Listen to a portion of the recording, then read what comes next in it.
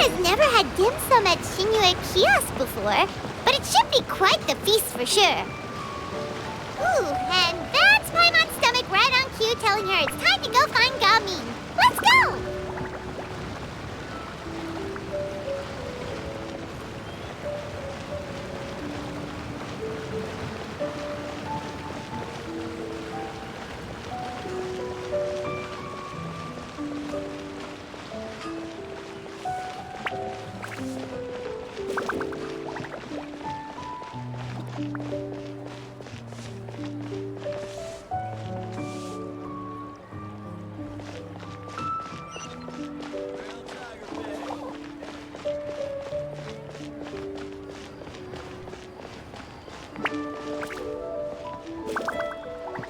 Try your luck betting on Jade?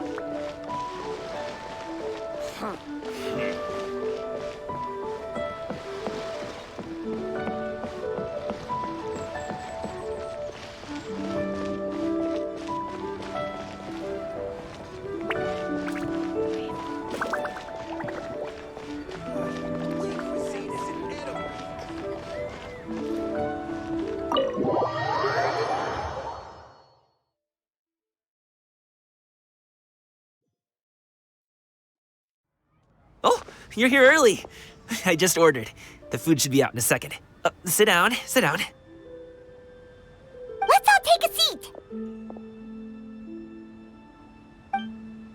Here, hand me your cups. Oh, thank you! Wait, you weren't supposed to drink that, Paimon. That was for you to rinse your utensils.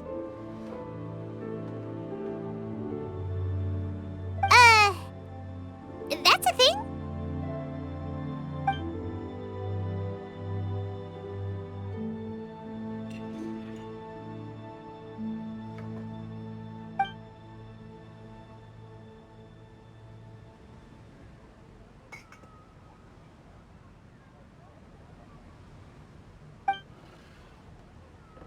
Wow, so much delicious food! Do you really eat all this just for breakfast? That's just how we do it where I'm from. Most of the time, though, I don't eat lunch after dim sum. Oh, that's good to hear. Paimon doesn't need to worry about holding back then. Eat! If it's not enough, we can always order more. Oh, and there's tong soy coming as well. I don't usually have that in the morning, but, well, since everyone's here, I just had to order it. What about you, Traveler? Is the food to your liking? Want some more seafood congee? Let me refill your bowl. Paimon's gonna take you up on that. Fill it up nice and full and make sure she gets a few extra shrimp. Thanks!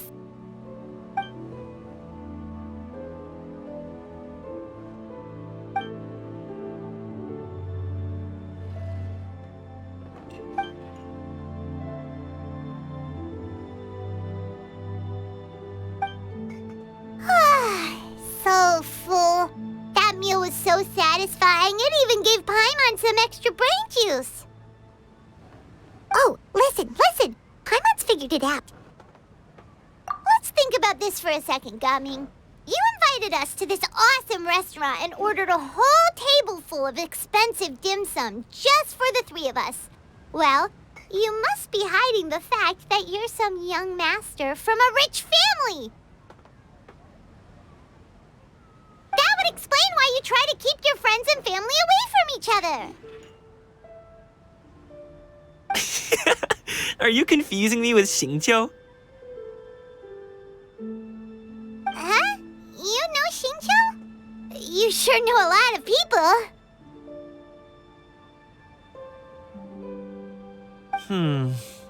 Well, when you're on the road as much as I am, you hear all sorts of rumors. Sometimes they're true, sometimes they're not. What it comes down to is being able to tell the difference. More often than not, that means knocking on some doors to find out for yourself. Oh, you truly are a man of many talents, young Master Gaming. Okay, enough with the teasing. Sorry to burst your bubble, Paimon, but you're wrong about my family situation. What? she was onto something there. My dad is just an ordinary tea merchant. Small-scale stuff, you know? It wouldn't even make sense to mention his business in the same breath as the Feiyun Commerce Guild. My dad... he always wanted me to inherit the family business, to be a merchant like him. But that's just not who I am. It's not who I ever wanted to be.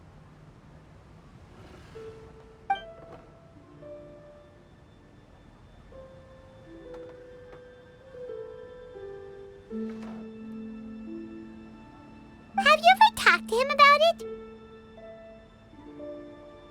You know, about your interests and aspirations and stuff. Of course I have. I told him I wanted to be a wushu dancer. That I wanted all of Teyvat to see what I could do. According to my dad, though, that wasn't a real job. Just a child's pipe dream. Oh, that's terrible. I'm sure he thought I would come around eventually, but wushu dancing has always been the only thing I wanted to do. One day, he tried to get me to visit some other tea merchants to start building the right relationships, but I refused to go. We got into a huge fight. We were this close to throwing hands. In the end, I was so angry that I ran away from home. I haven't been back since.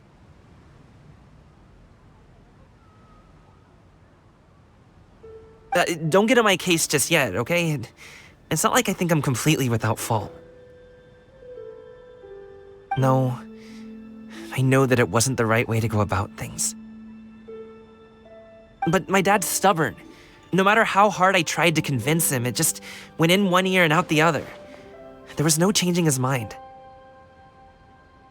I knew talking would only get me so far, but if I made it big in Liyue Harbor, the results could speak for themselves.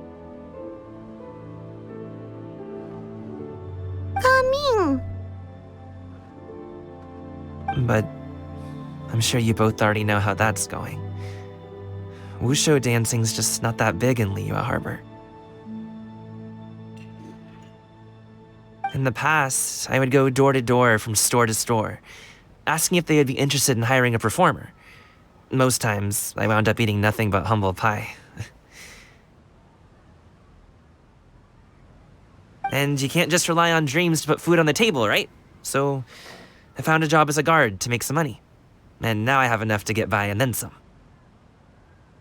Still, change takes time. Gotta take it slow, you know? Paimon understands.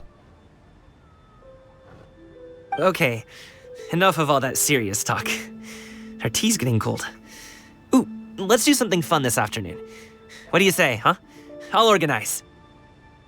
Actually, we kinda already have plans this afternoon.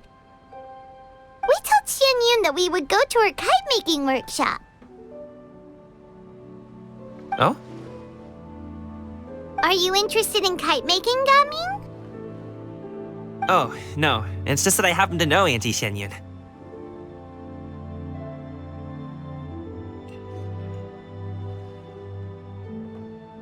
That title certainly humanizes her a bit. Oh, I know that she's an adeptus. I met her during a delivery once. But hasn't she been in the city lately? She's even tried, with some limited success, to change her terms of self-address or something like that. She came to see me a few days ago to ask about luminescent dyes. Oh, wait a second. She doesn't plan on putting those on a kite, does she? Is that not something you can do?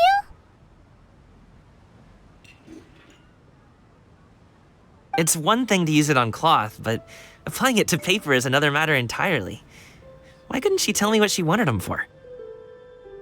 Yeah, she does seem to have trouble with that sometimes. It would be such a shame if everyone worked so hard on their kites only for them to get ruined in the end.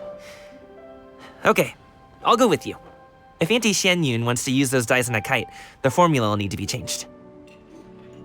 Great! The more the merrier!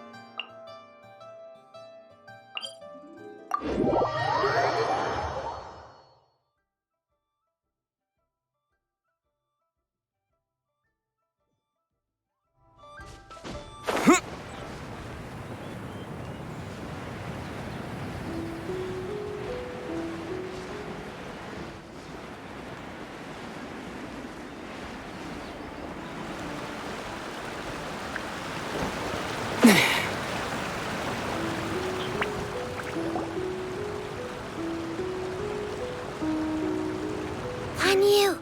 Ganyu! Come on, wake up! Some friends have arrived!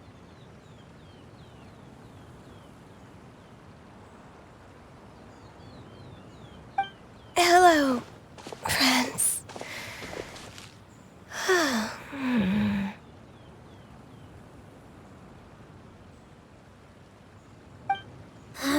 Ganyu! Oh, I have some mint oil. Perhaps we should try that. A guest at Wanmin Restaurant recommended it to me. I've tried it. Its stimulative effects are much stronger than what can be achieved from chewing on mint leaves alone.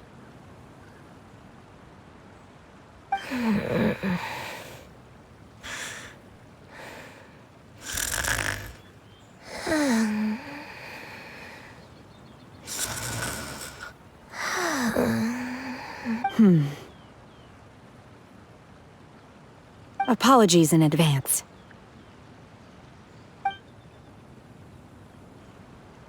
Wait! Shenhe! Not there!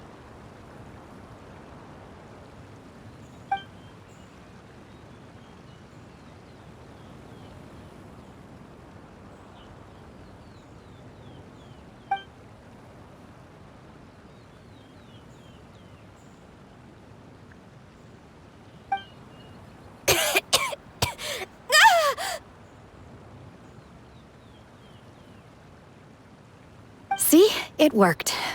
She's awake. Are you okay, Ganyu? Do you need some water? Or maybe something to eat?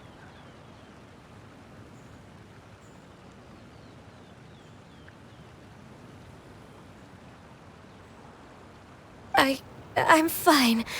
I just feel chilly all over. Huh. Was it that effective? Chilly, huh? Master always says a cool head leads to a calm heart. So, does this mean that heat's what we need to help you, Ganyu?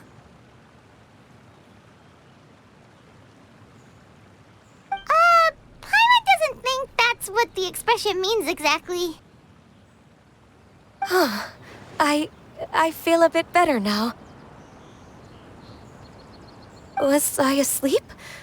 Must have been around the time I usually take my midday nap. Did you not sleep last night? That does seem to happen to you often. Perhaps you should come work at Wanmin Restaurant with me. We get off at 10 on the dot every night without fail. I could never. I'm sorry. I seem to have missed your name. You are... Me? My name is Gaming. I work as a guard for the Secure Transport Agency. Gaming. The name sounds familiar. I believe I've heard your name mentioned around the Ministry of Civil Affairs. People tell me you're an extremely enthusiastic worker, and you are very generous with your help. Well, you know me. Or, I guess you don't.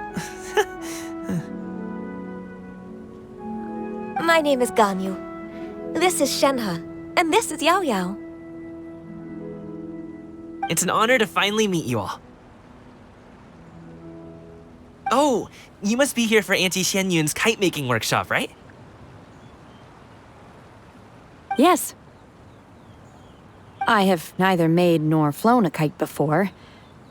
As long as Master is willing to teach, I am willing to learn. Me too! I want to participate in the kite flying competition with my best friend!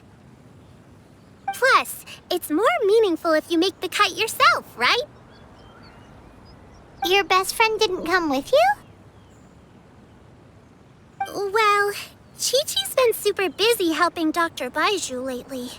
I'll meet up with her later and give her a huge surprise. Oh, I also brought bandages and ointment with me today. It's easy to cut yourself when working with bamboo, so I thought I should come prepared.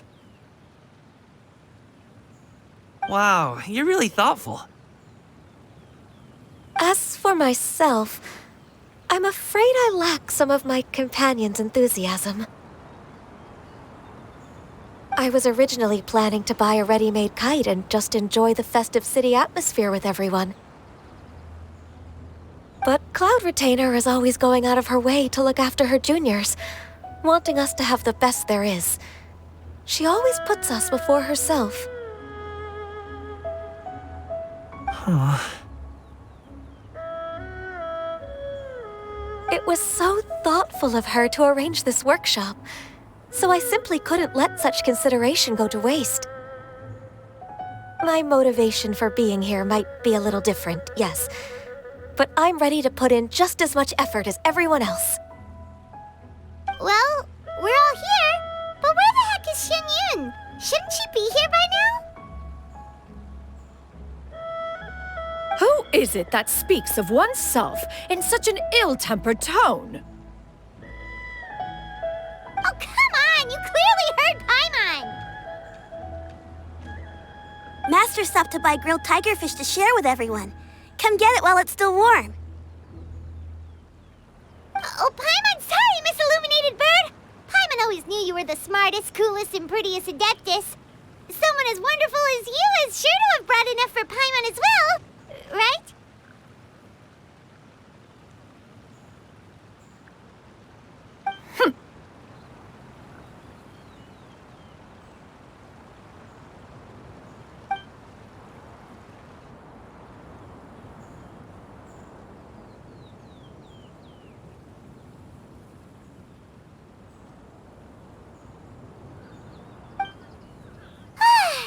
So delicious. Paimon's life is complete.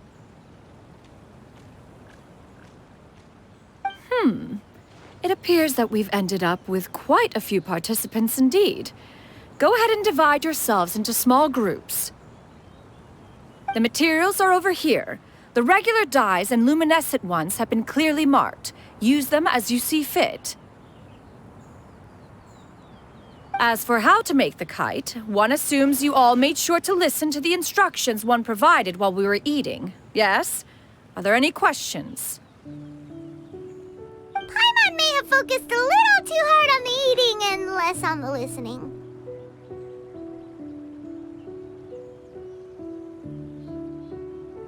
Paimon knew she could count on you, Traveler. One will wait under this tree and avail oneself of the cool air while one digests.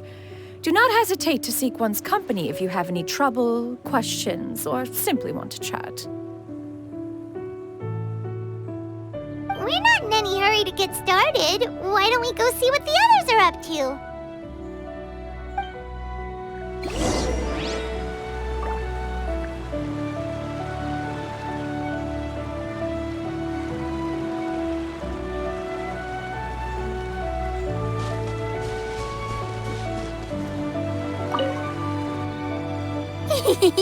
Auntie Cloud Retainer, look! Am I doing it right? Very good. Your frame is nice and sturdy. This design, is it a finch? Yep.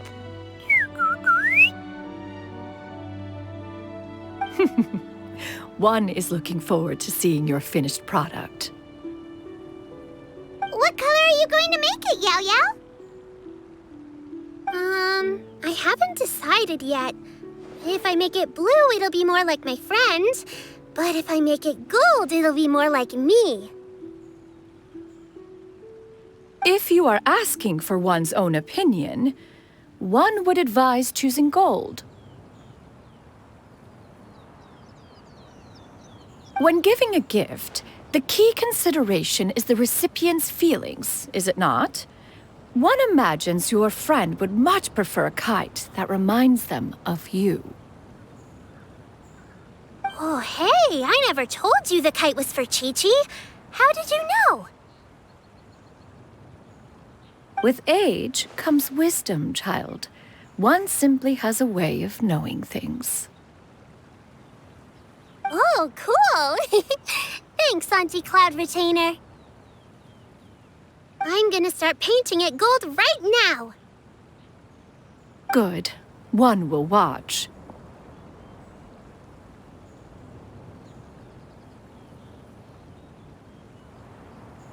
You two seem strangely unoccupied. One was under the impression that one was supposed to be doing the relaxing. Is your kite finished?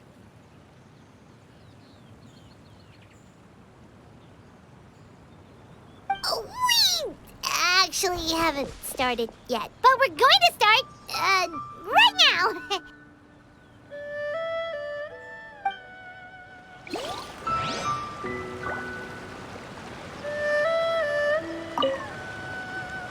Hey, Gaming, want to team up? Huh? I have to participate? I thought I'd be done for the day after adjusting the dye formula. You're that unenthused by kite making, huh? That doesn't seem like you. No, it's not that. It's just...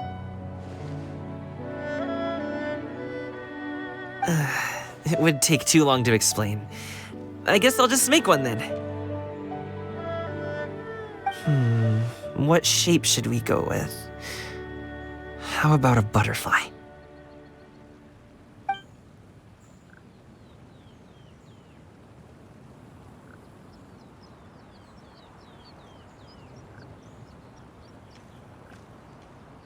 What do you think, Shuyu? Is there a particular design you want? I want a swanee! That might be a little hard to pull off. True, but I still want to try. They're super cute. Okay, it's decided then.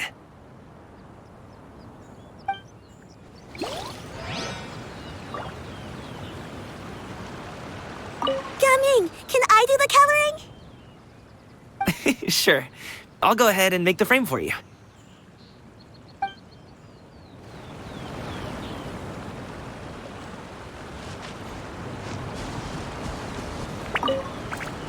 Once I get better at making kites, I'm going to make one shaped like Uruguay.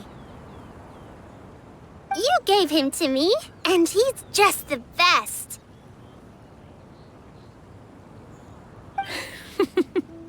One is pleased that you like the gift.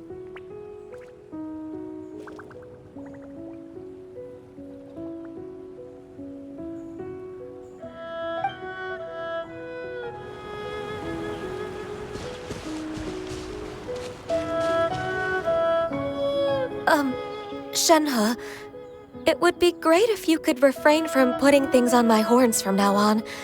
They're really quite sensitive. I see. My apologies. I shall remember that in the future. Thank you. No harm done. Good. Could I touch them just once more, though? No oil or anything this time. I've just always wondered what Miss Ganyu's horns feel like. Huh? Please, I told you. Just call me Ganyu. Well, all right. Just be gentle.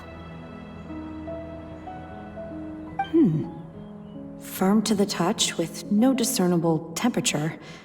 Oh, not unlike certain medicinal plants I've eaten before. Oh, still, Ganyu appears to be shaking like a cat whose whiskers have just been touched. I should stop.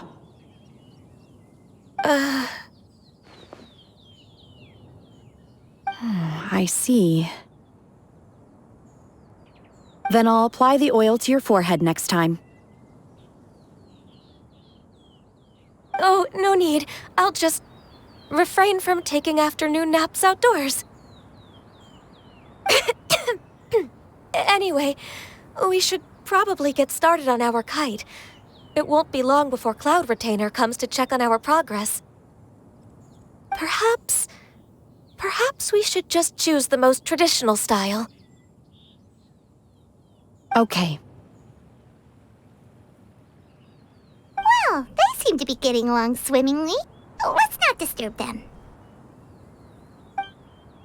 We should get started on our kite now. Let's go.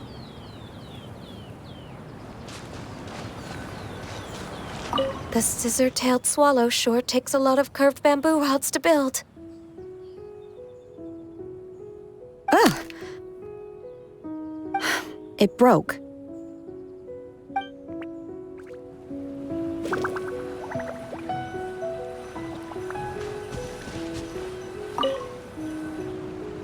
First, we have to decide on the shape. Hey, what are you laughing at?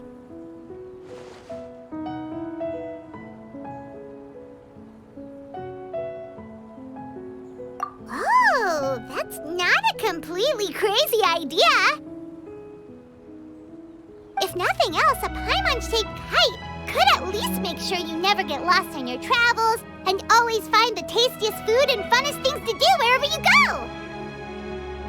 Maybe we're not exercising enough artistic license. We should exaggerate this a bit. How about this? The word Paimon means the guardian angel of travelers.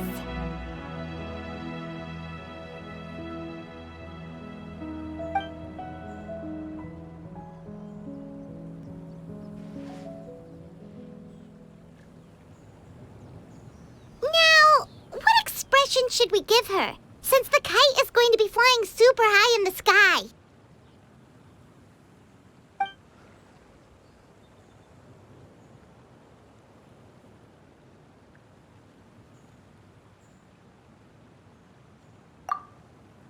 Ooh, like this? Ooh! The title of Champion Kite Flyer is mine!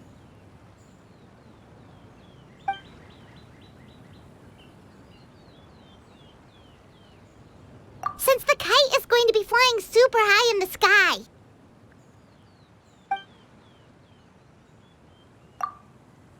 It's too high! Someone save Paimon! She's about to faint! Like that?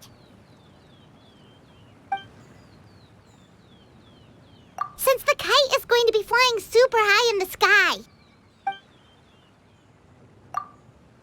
Oh, Paimon totally didn't do anything wrong. And even if she did, she doesn't deserve to get shot up into the sky for it. Something like this, then. Since the kite is going to be flying super high in the sky. Ooh, like this? Ooh! The title of Champion Kite Flyer is mine! Now that we've decided, let's make it happen!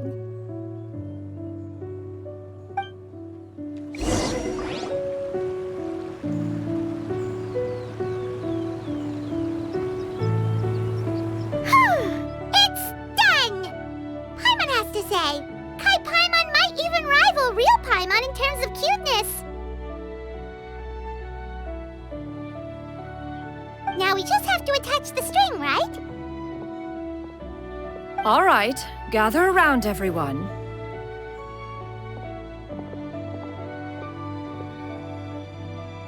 Oh, Shenyun's calling us!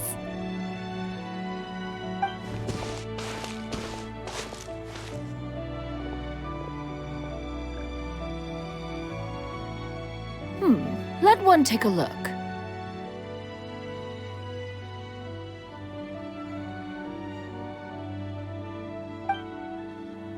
Wow! Ganyu and Shenhe made a scissor-tailed swallow! It's so pretty. Yep. The coloring makes it look a lot like Master.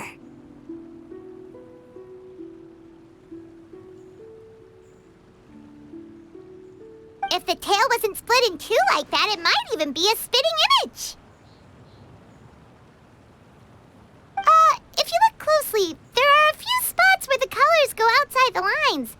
Did you doze off while painting it, Ganyu?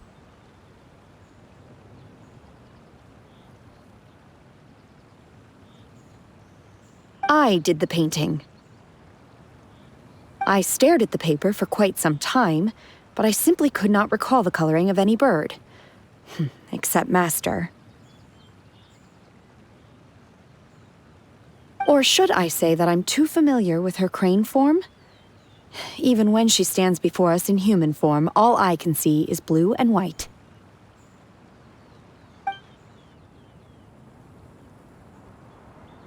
Oh, well, now that you mention it, Paimon can see it too. Exactly. So I simply closed my eyes and painted from memory. No way. You can paint with your eyes closed? Wow, the disciples of Adepti really are something. You are most filial, Shenhe. One is flattered by the likeness. The Swanee that Gaming and Shuyu made looks very majestic. I'm sure it'll look even more impressive as it soars through the sky.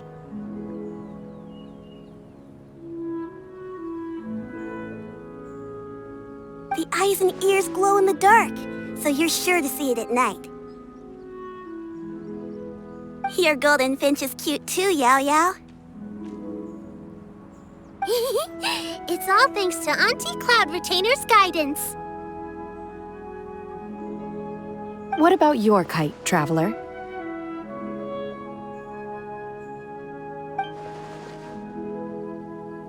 Ta-da! Here it is!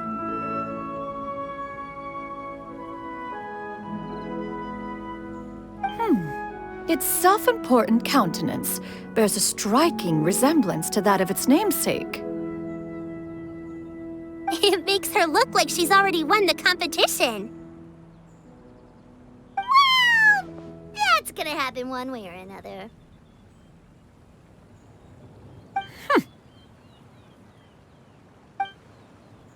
Is that the Jade Chamber?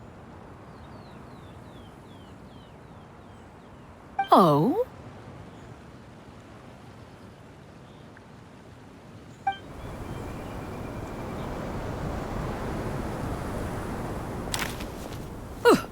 Who dares attempt such a flagrant display of impropriety by releasing a kite into one's territory without one's permission?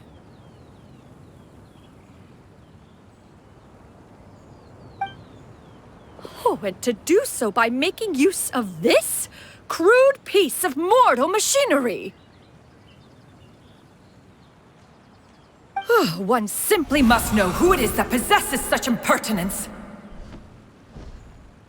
Continue attaching the strings, everyone. One will be but a moment. Cloud Retainer? Traveler, Paimon, could I trouble you to go after Cloud Retainer? Master's going to be okay, right? I'm more worried about the person who released the kite. There's wind up ahead! Looks like we can glide over!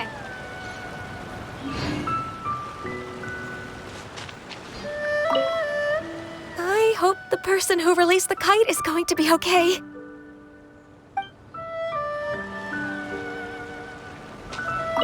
And now for the string.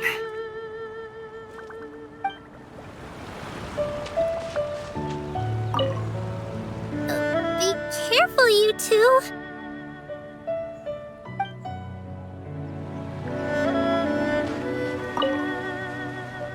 Master is not without her principles. We need not worry too much.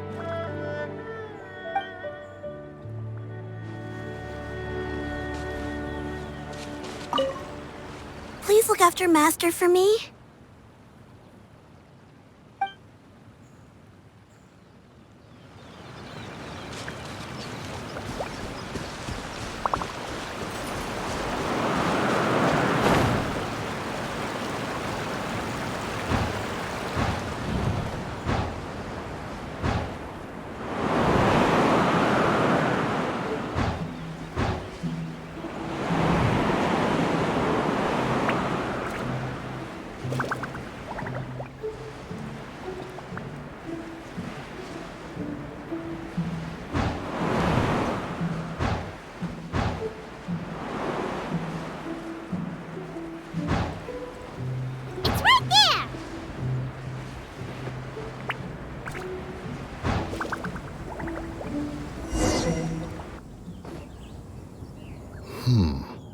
This Fontanian device of mechanical motion is quite curious indeed.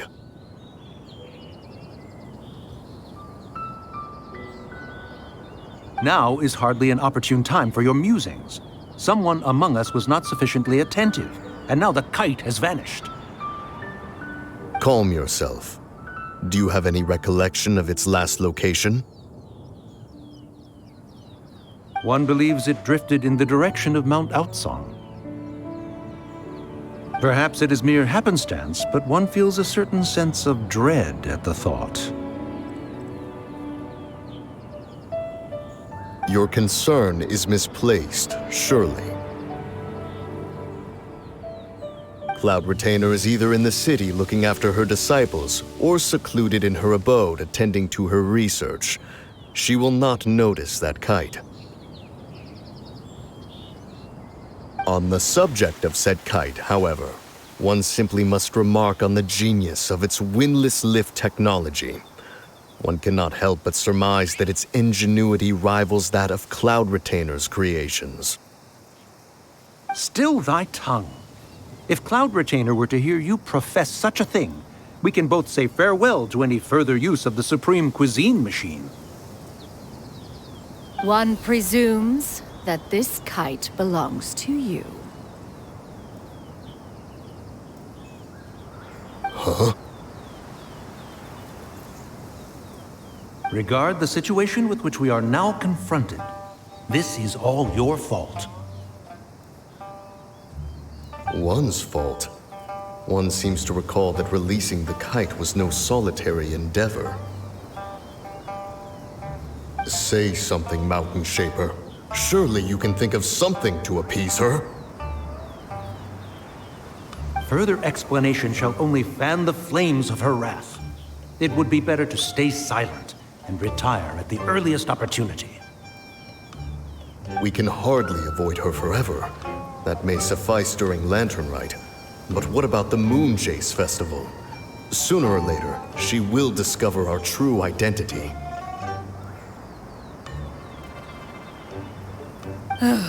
Hello?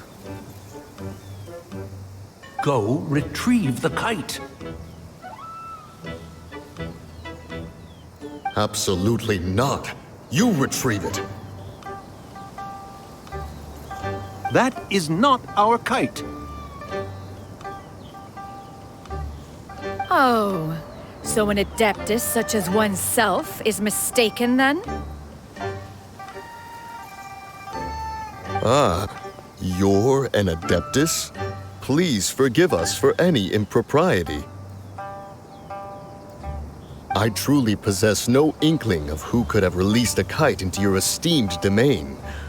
Pray, who could be responsible for such wanton behavior? Verily, verily, we were but delighting in the surrounding scenery.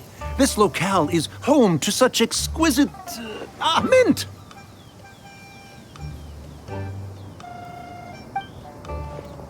Well, and if that's all, then we'll just be on our way. We finally caught up. You sure do fly fast in your illuminated bird form, Xinyan. Mooncarver? Mountain Shaper? What are you doing here? You!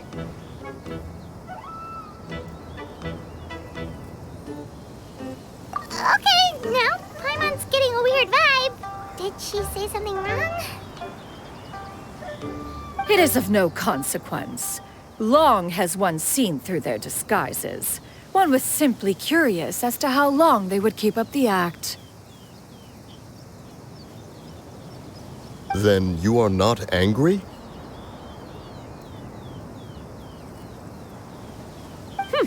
How could one feel anger at the sight of two old friends enjoying themselves? One is also well aware of how enticing these city novelties can be. We were simply consumed by a fit of festive spirit. Seldom do we get the opportunity to partake in the delights of the times. However, we are far from being as adept as you in matters that require a deftness of hand. No worthy kite could be born of our own making. Thus, we could only take the convenient route, so to speak.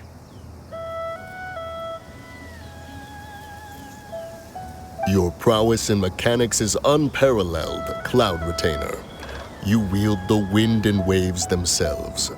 Your singular talent stands unmatched across the land. Of this, we are well aware.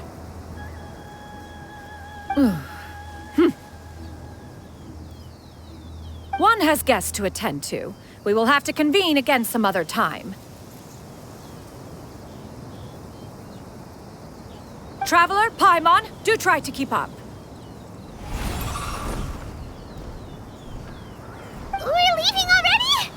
Oh, all this flying from place to place is wearing Paimon out.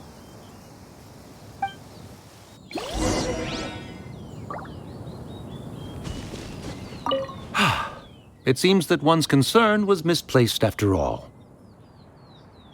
Then, should we continue flying the kite? A splendid suggestion, but it would be advisable to change locations. Perhaps your mountain would suffice? It is more than spacious enough. A fine idea. A fine idea indeed.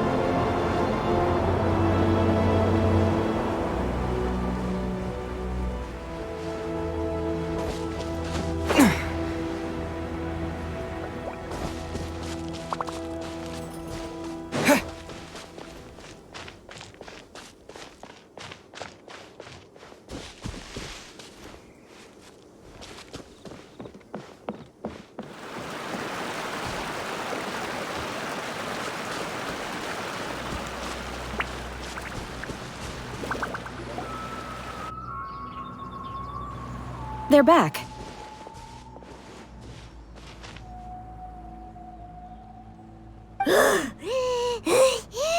Paimon's pooped. Hi. Why are there only two of you left? After you left, Yao Yao and Shu Yu tired themselves out playing with their kites. Gao Ming offered to escort them home. Before he left, he said something that I don't quite understand. Oh? What did he say? He said, a kite is always tied down no matter how far it flies or how high it soars. Its tether prevents it from ever truly flying free. He looked quite dejected as he said this. Now that you mention it, Gao Ming did seem to have a rather strange attitude towards kites. A reflection of himself. If I were a kite, I would cherish that tether as a symbol of kinship and the bonds that tie us and...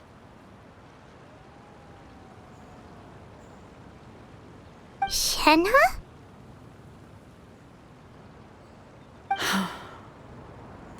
It may be an exceedingly slim and distant connection, but lose it, and you lose that which links you to home.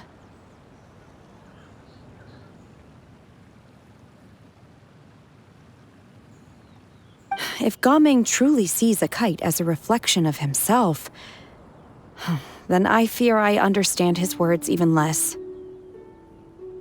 Well, people often have different points of view depending on their mindset and experiences, right? It's actually quite normal. Just like some people can eat spicy food, but others won't go anywhere near it? Exactly. That's why tolerance and understanding are as important as they are. Tolerance and understanding? What brought about this conversation? Did one miss something? We were just chatting. You don't have to butt in on every little thing, you know. Where were you anyway? One was merely doing a bit of cooking. Night fast approaches. If you are otherwise unoccupied, one would entreat you to stay and eat before you depart. Oh, it's been so long since I've had the chance to enjoy your cooking, Cloud Retainer.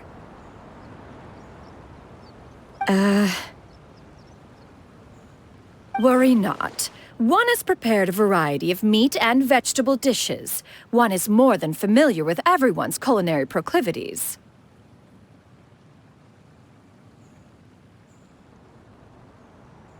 Shenhe, Ganyu, come with me.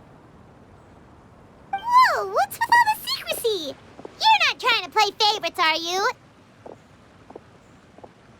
If you're ready to serve the food, we can help too.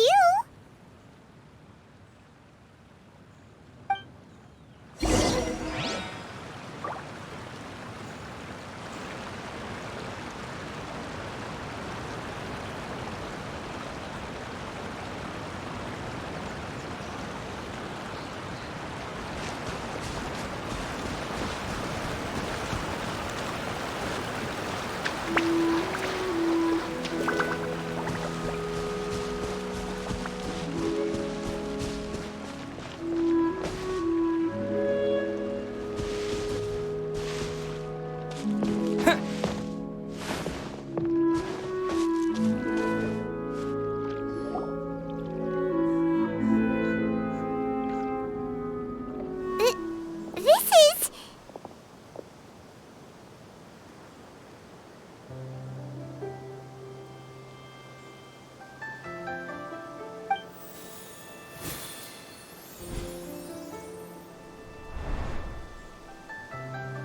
Oh, I can feel the wind brushing against my legs. This is a bit embarrassing. Is the headpiece secure? I should have asked Cloud Retainer to check before I stepped outside.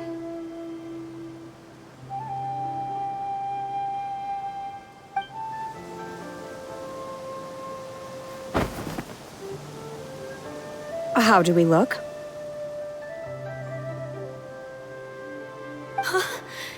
She asked them just like that? You look pretty too, Ganyu! Oh, how should Paimon put it? You both look so elegant and refined. Those outfits really suit you both. Given that one employed the services of the best tailor in all of Liyue, one would expect nothing less.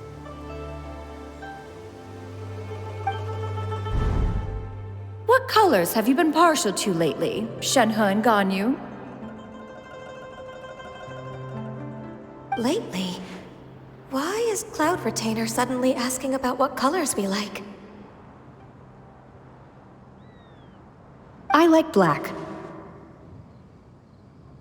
One is gratified to see one's disciple has inherited one's own tastes. The color black doesn't get dirty easily. A virtue I've come to value recently.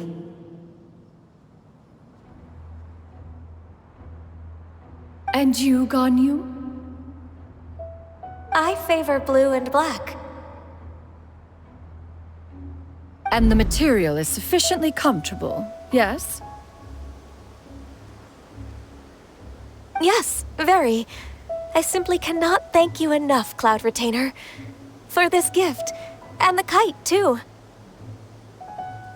Thank you, Master. One is content, as long as you are pleased with the gift. One hopes these garments will see much use.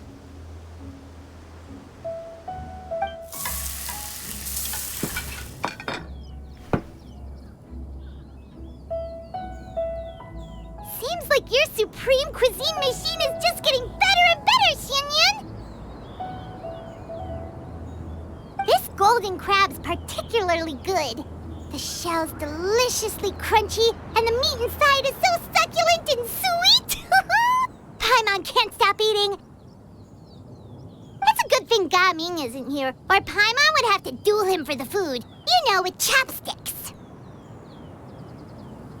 He traveled all this way on account of the kite-making workshop, and he spent the whole afternoon looking after Shuyu. One was hoping to treat him to a meal. Oh well. One will just have to extend one's thanks in person. It's rare for someone to make such a good impression on you, Cloud Retainer. One has high standards. He appears to be a young man of much merit, and one is not the type who would see such potential squandered.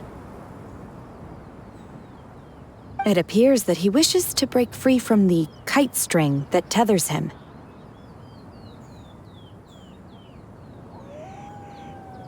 Kite string? Huh, what strange metaphors you speak in, Shenhe. Ever since you returned from one mean restaurant, your turns of phrase render one at quite the loss. Where do we even begin? Oh, do you know about the conflict between Gaming and his dad, Xianyun? One has only heard that the two are not on good terms. He ran away from home and hasn't been back since. Oh? Ran away, you say? Huh. One believes we would all benefit from a more thorough retelling. Start from the beginning. Oh, okay. Paimon just hopes he won't mind.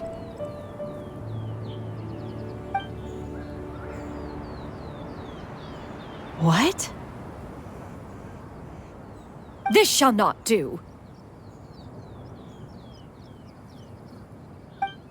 Lantern Rite fast approaches. We must make haste. As one was contacting various tailors around Liyue, one could not help but be reminded of Menogias. He possessed a singular talent for clothing design. He had an exquisite eye, not just for fabric selection and color pairing, but also for what accessories could best accentuate a garment's overall styling. At a gathering of Adepti, Bonanis once complained in secret to some of the ladies in attendance that the skirt Menogias made for her was too long and impractical, lamenting that it would only hinder her in battle. However, when one asked Menogias his opinion, he remarked that the train of the skirt would serve to enhance her adeptal countenance by exemplifying a certain elegance. Menogias was that type of person. When it came to topics relating to garments and accessories, not even Rex Lapis could best his stubbornness. And later... one seems to have strayed off topic. One means to say that Lantern Rite should be a day of reunion. It is a time to address problems before they turn into regrets.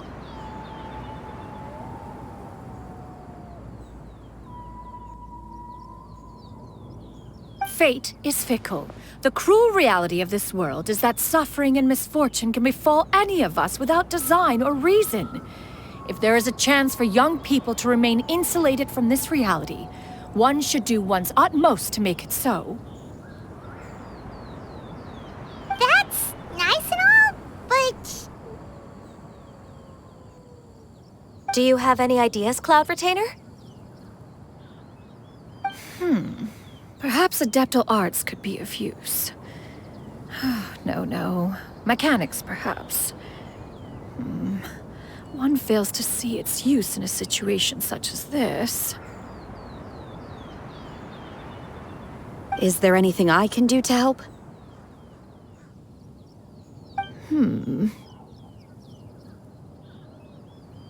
Combining our efforts is a fine idea indeed. Aha! One has an idea! How about this?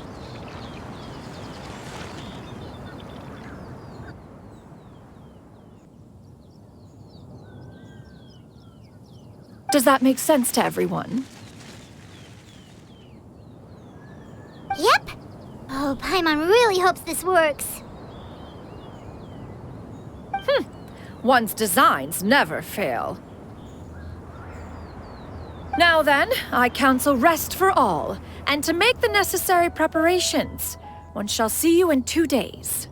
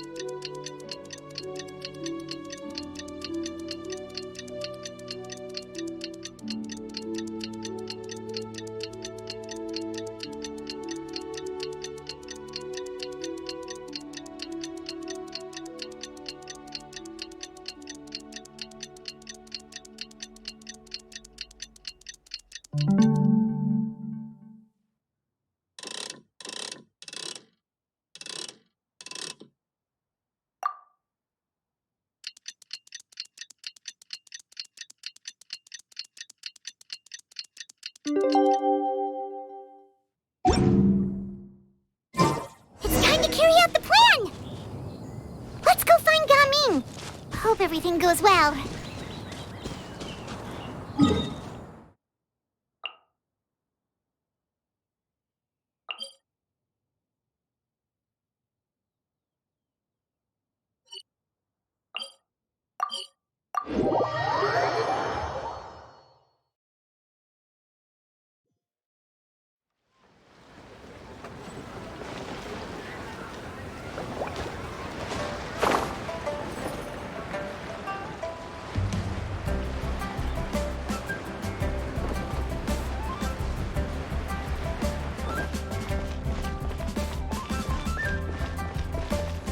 So lively! This is how a festival should be.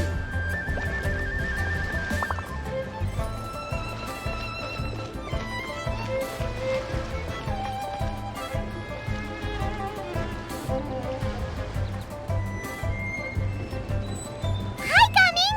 Paimon sees you've certainly gotten an early start this morning. Playing games already, are we? Who won this time? You the one buying dim sum again?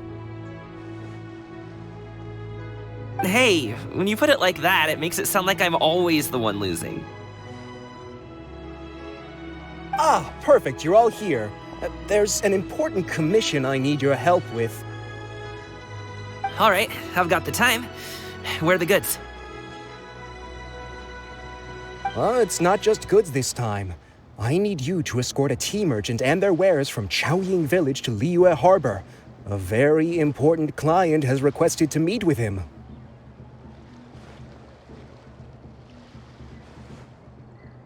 Sure.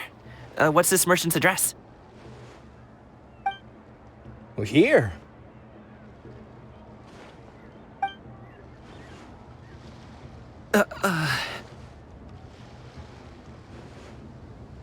If the client's that important, then this must be a very crucial, very pressing commission, right? Of course, the sooner you complete it, the better. I would advise you to depart as soon as possible.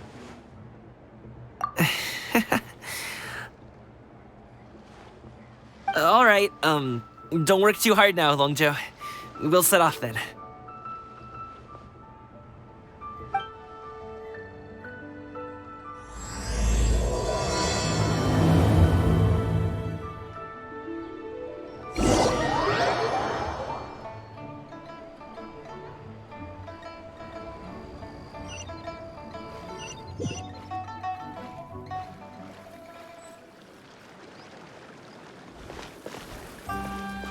You're a bit quiet today, Gaming. Oh, do you want Paimon to tell a story? We're almost there. I'll take a rain check on that.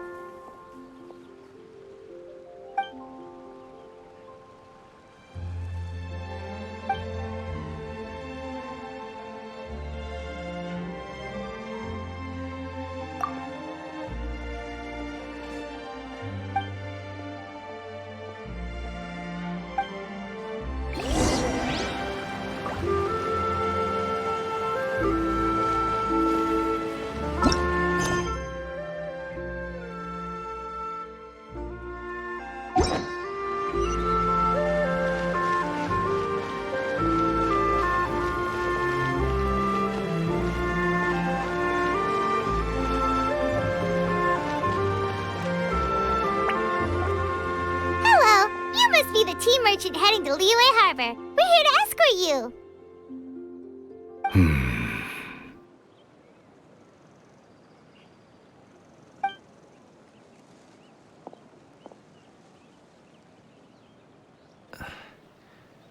Dad?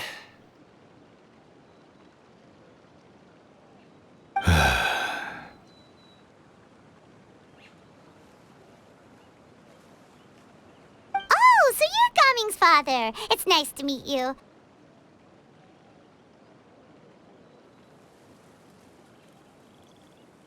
Just leave this delivery to him. Trust Paimon, he's got this in the bag. Gaming is super good at what he does.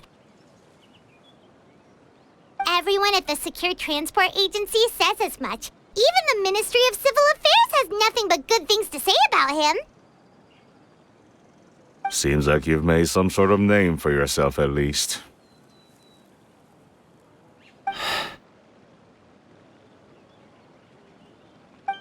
The goods are all in order? Yes, they're all here. Then let's get going.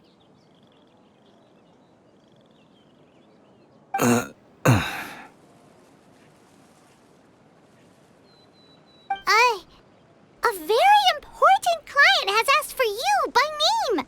You kinda have to come with us. Paimon doesn't know how we would explain ourselves if you just didn't show up. Plus, you'd be missing out on a huge money-making opportunity. I see. I suppose I will have to trouble you all to escort me, then. Let's go.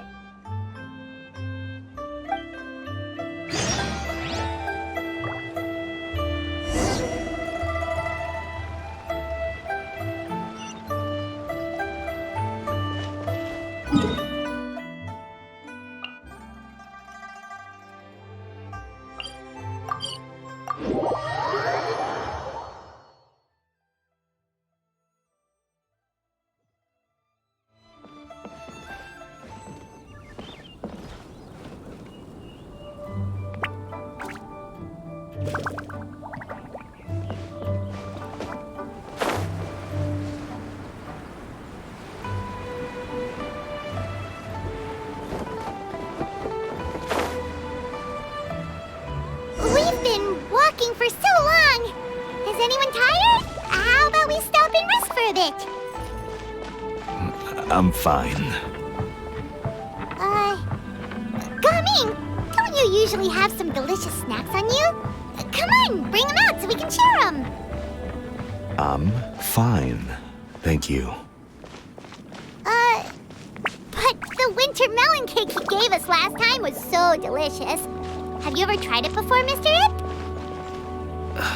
Paimon.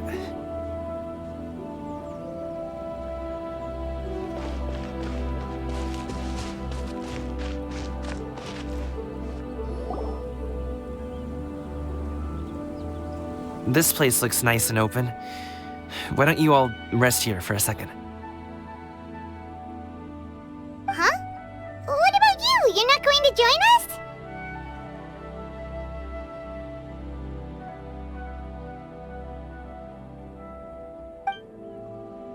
I'm not tired. I'll keep watch. Oh, but Just let him go.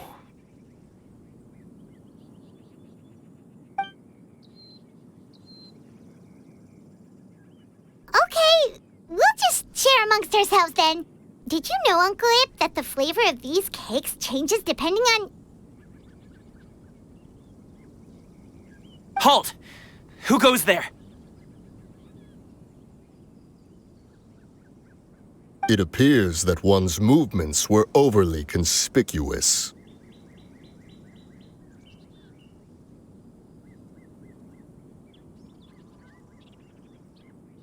Enough of your musings. Focus. Focus on the matter at hand.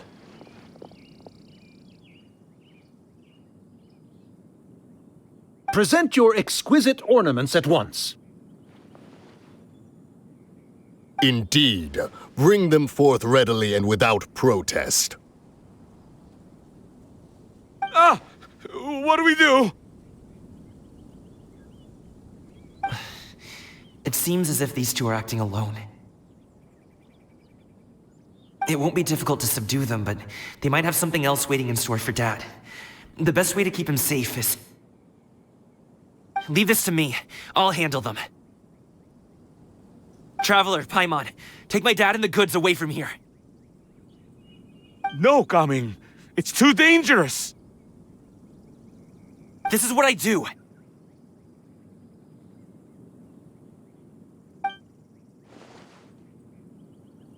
A thorny foe indeed. Let us depart and seek a target softer in blows and disposition. Don't think I'm gonna let you off so easily. Away! Let us away! Coming! Don't worry, he's a great fighter. Paimon's even seen him take down a dozen or so treasure hoarders all by himself. But Coming,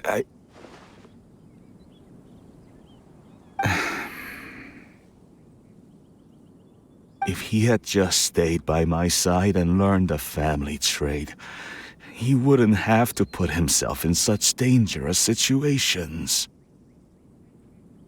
We just have to trust him. Let's go on ahead. We'd best get away from here, in case there are other bandits in the area waiting in ambush.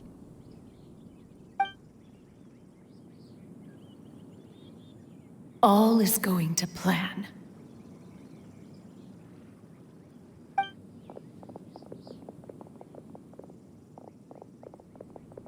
Okay, we should be good to stop here.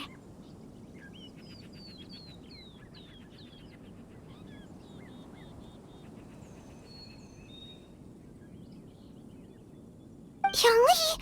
Oh no, what is he doing here?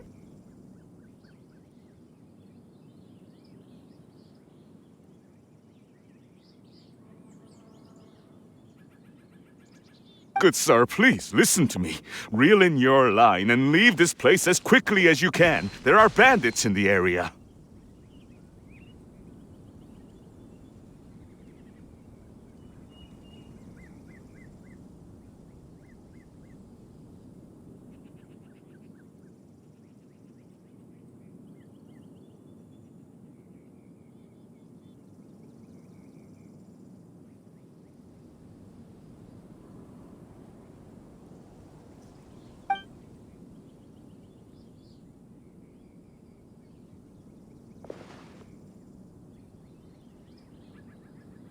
Bandits? Acting in broad daylight?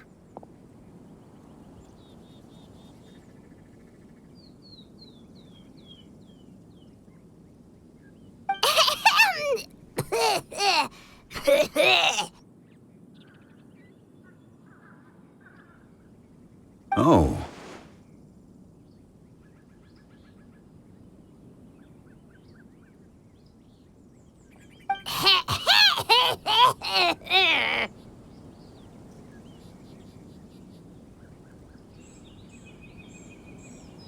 Ah, I see.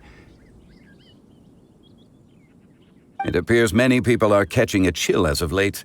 If your throat is bothering you, Paimon, perhaps some tea and rest are in order. Nope, no need. Paimon's fine. She just, had some cake stuck in her throat.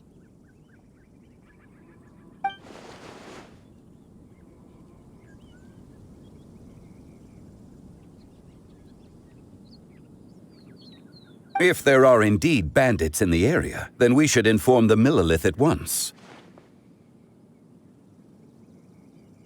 Oh? Well, if that's the case. Such matters are best left to those with the necessary expertise, wouldn't you agree? I suppose you're right. If ordinary people like us got involved, we would only cause more trouble. Since we find ourselves otherwise unoccupied in this beautiful area, why don't we find a quiet place to relax while we wait for good news? That would be lovely.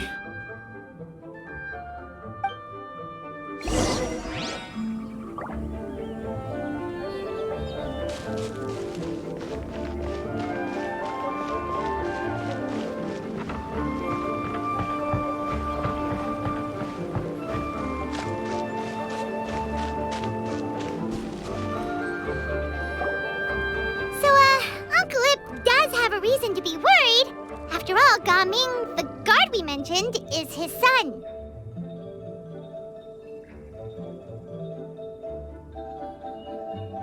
Gaming. The name sounds somewhat familiar. Ah, yes. That is the name of the Usho dancer who has been performing around Liyue Harbor recently, is it not? Oh, have you seen him perform? Indeed. I cannot help but admire his skill. He truly encapsulates the spirit of the Suani.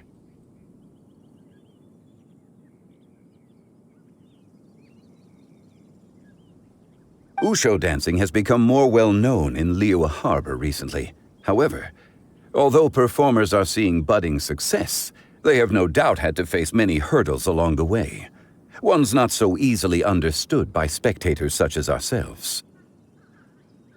If you ask me, what truly deserves admiration is perseverance in the face of adversity. That is a rare attribute indeed.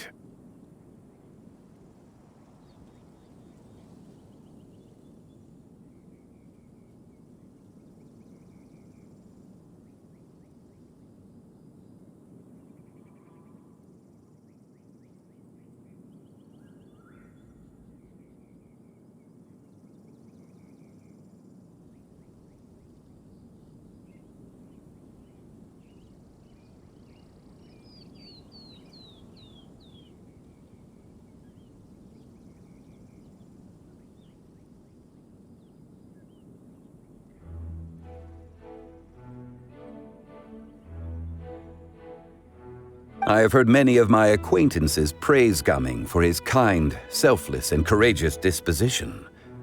To have a child so accomplished and upright, you must be a very proud parent indeed, Uncle Ip.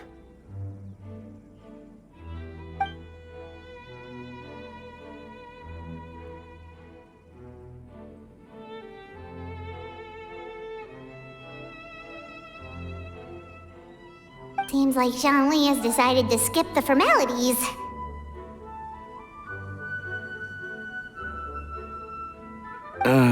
Well, he's a hard worker, yes. You should be sure to tell him you think that when he gets back.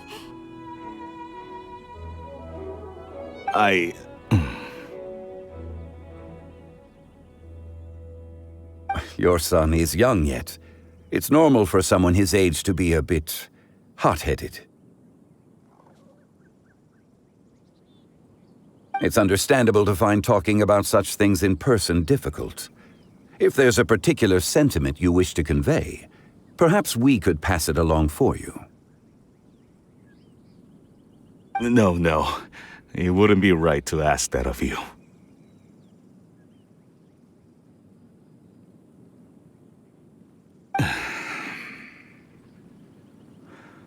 This thing between us has festered for many years now. In truth, there are some things that simply aren't easy for us to talk through. I've been in the tea business for most of my life, and I always hoped my child would do the same. Otherwise, how would he support himself? Over the past few years, I heard how well he was doing for himself as a guard. How his work was taking him to farther and farther off places. I also heard that he never gave up on wushou dancing. It made me happy. But I was also worried. When you're young, you can handle all that physically taxing work and manual labor. What young person isn't capable of making a living that way? My concern is what happens when you get old. Every time I get to thinking like that, I cannot help but be reinforced in the belief that I was right. That I was right not to give in. I often regret introducing him to wushou dancing as a kid. If I had known how things would turn out, I would have never taken him to see those performances in the first place.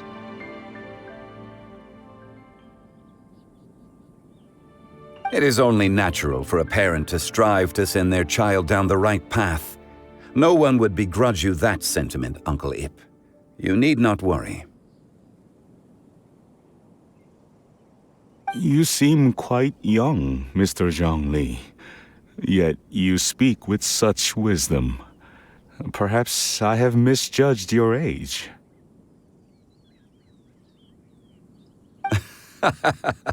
Your words are too kind. Truth be told, one of my old friends has several grown daughters.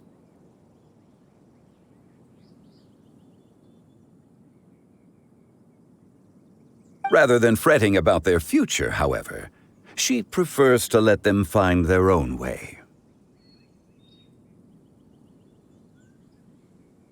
Then she's more easygoing than I could ever be. I fear I lack such an open mind.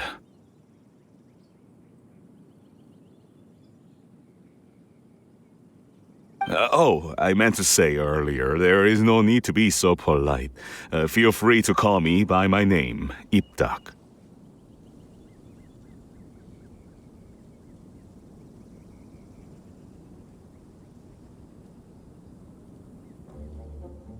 Sure.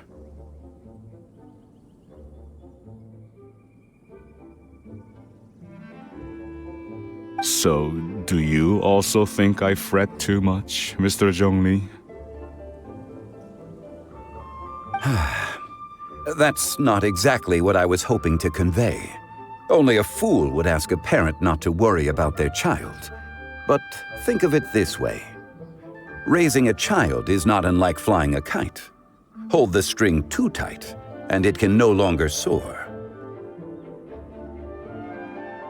As my friend once said, if your children are aiming for the stars, clipping their wings will only cause them to come crashing down. You need to let out the line for a kite to soar.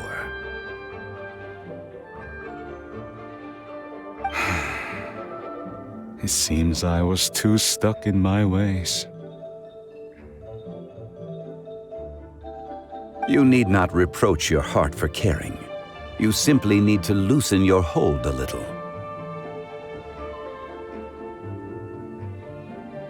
Indeed, with such a big heart, why not allocate the time you usually spend worrying about Gaming to the pursuit of other things, like going for a stroll, drinking tea, or taking in the scenery?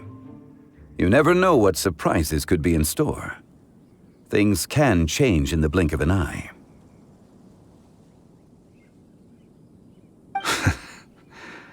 The blink of an eye, you say? Do things change so quickly? Children grow up in quite the same way, do they not?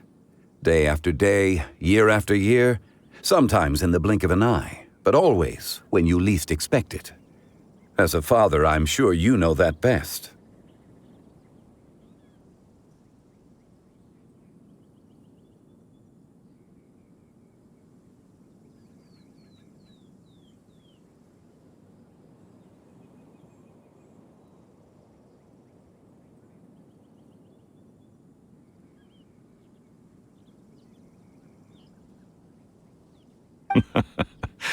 Yes, you can say that again.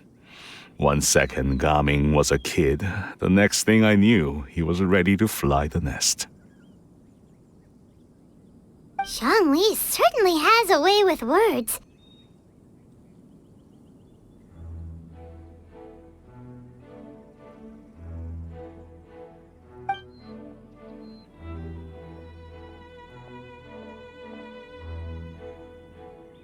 Oh, Gaming is back! Hey, Gaming, we're over here! Dad, Traveler, Paimon. Good, you're all here. Oh, and Mr. Zhongli from the Wangsheng Funeral Parlor? You're here too? A fated meeting indeed. We were just enjoying some pleasant conversation.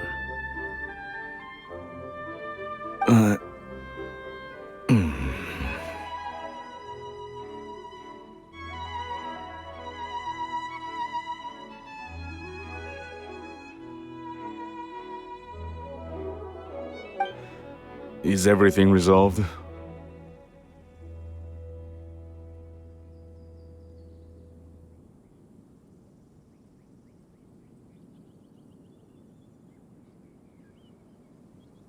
Well, you could say that. What does that mean? Traveler, Paimon, come with me. I need to talk to you.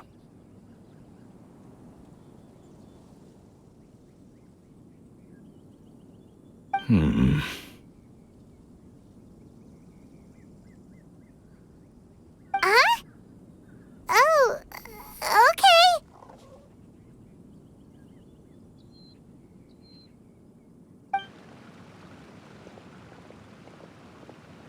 I'll come right out and say it. Those two bandits, you sent them, didn't you?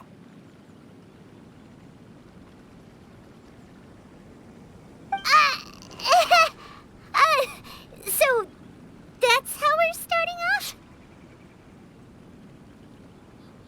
Can't look me in the eye, huh? Guess I'm right then. Okay, but how did you know?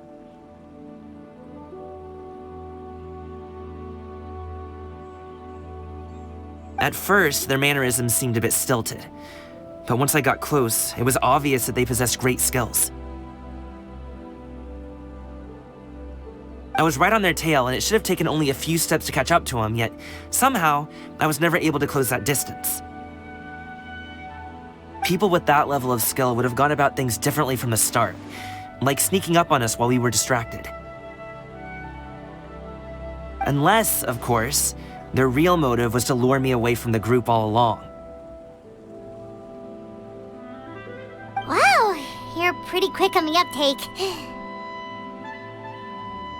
I just have a lot of experience. I've dealt with many a ruthless bandit in my time, but I've never seen ones like them. In the end, I told them they would make good guards if they ever wanted to get back on the straight and narrow, and that they could hang out with me in Liyue Harbor anytime. You ever consider you might be a little too good at making friends? I'm guessing you guys were trying to help resolve things between my dad and me?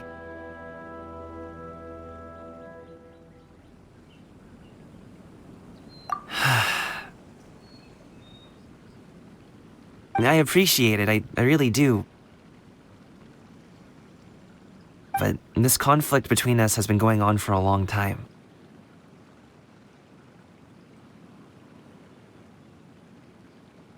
Even if those two were real bandits, and I was able to subdue them and show them what I was capable of, it wouldn't change anything. You've seen the way he talks to me. It's not like that at all! Your dad really cares about you. You should see the way he talks about you when you're not around. Zhongli was talking things through with him, and he nearly agreed to let it go.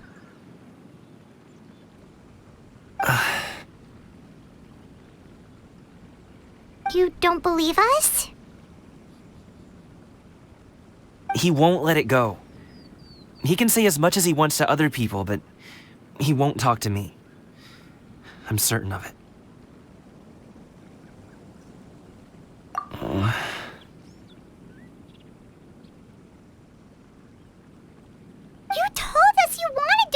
yourself to your dad. Why don't you tell him about all the hard work you've done these past few years?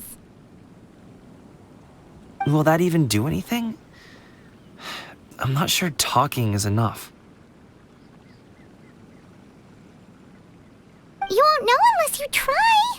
Just like how you won't know if something is delicious unless you taste it. Listen to us. It's time to put these people skills to good use. You can make friends with anyone, so why not your dad?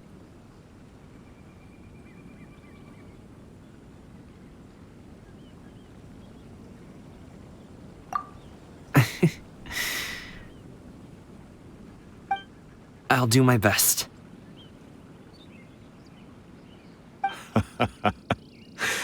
You are very knowledgeable, Mr. Zhongli. I'm impressed.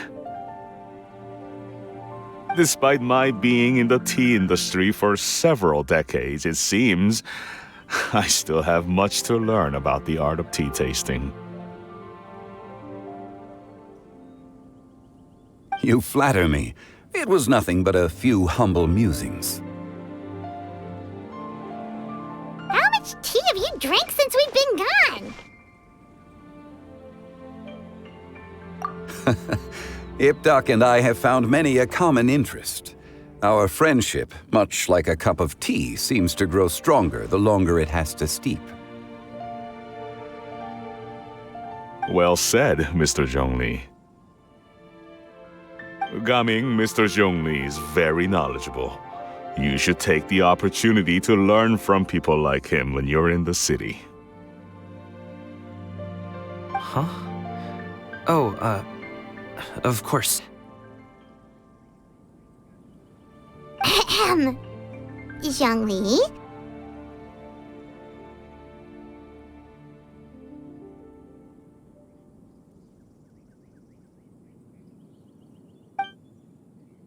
I have very much enjoyed our conversation, Ipdak, but I, unfortunately, have some unfinished funeral parlor business to attend to. Oh, I hope I didn't keep you. My apologies for taking up so much of your time, Mr. Zhongli.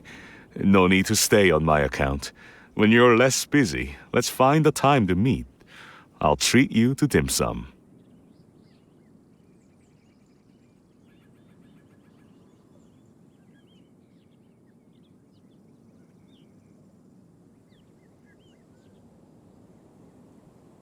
It would be an honor.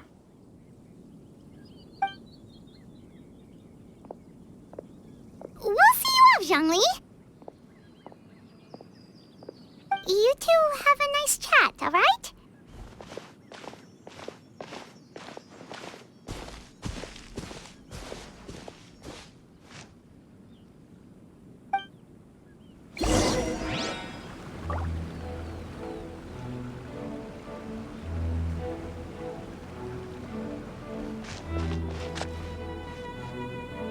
Should we sit? Sure.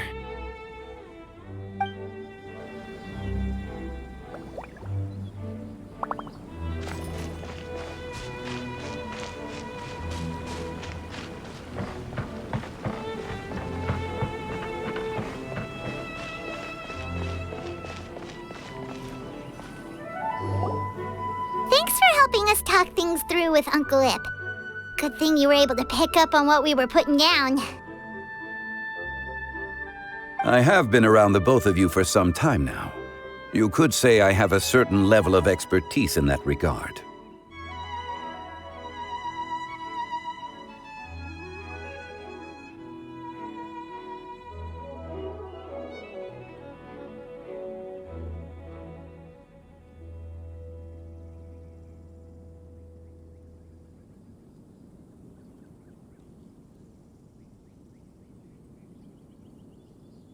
As for my role in the conversation, think nothing of it. I hardly did anything noteworthy. You never change, do you? Why did you have us walk all this way? Paimon thought we just had to go far enough to be out of earshot. A friend approaches. Hello.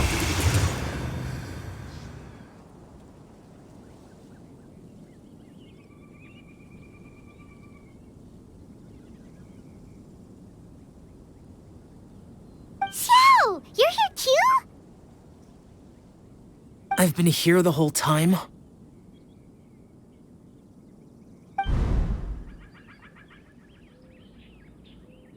A ghostly kite.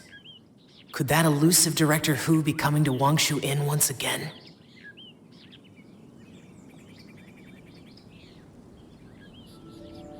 What is she doing here? I suppose it matters not. Given her relationship with Rex, well, Zhongli, I might as well go pay my respects.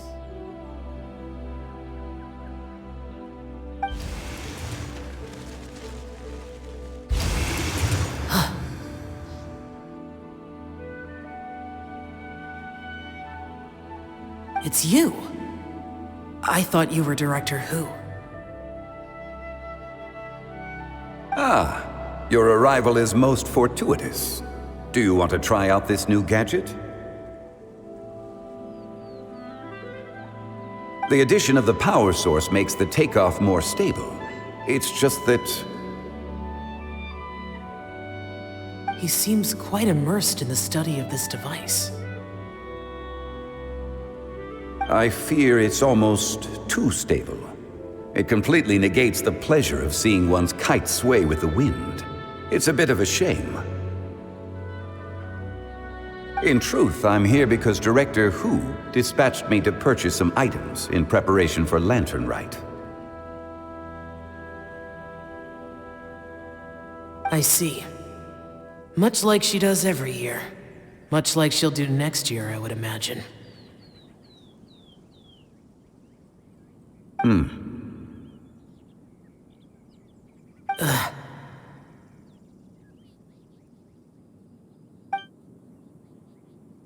Am I wrong? Or has she once again sent you out to buy, what is it, sesame oil or something?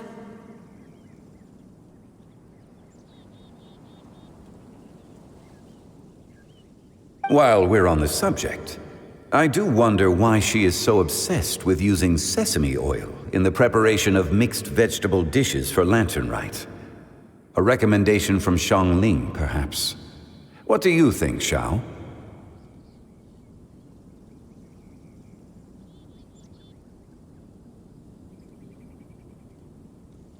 I've only met Director Hu a few times. I'm hardly the best person to ask. Ah, and is that not a sign that you should visit Wangsheng Funeral Parlor more often? It wouldn't hurt to grace the parlor with your presence now and again, when you are otherwise unoccupied.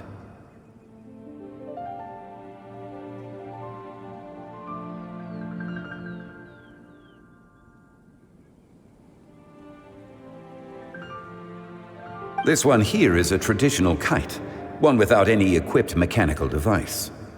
Director Hu tasked me with studying the differences between the two to determine which one is of greater merit. Many hands make light work. Perhaps you could test out the other kite for me? All right.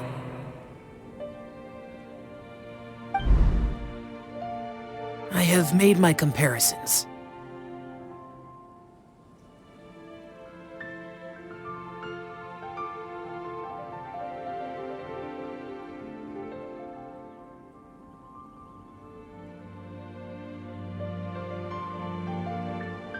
If speed is what you're after, the mechanical kite is the better choice. Wonderful. I shall pass that information along to Director Hu. I'll leave these two kites with you. Perhaps you can find a few friends with which to partake in the activity. You might find it to be an enjoyable use of your time. Oh, wait. Who enjoys kite flying?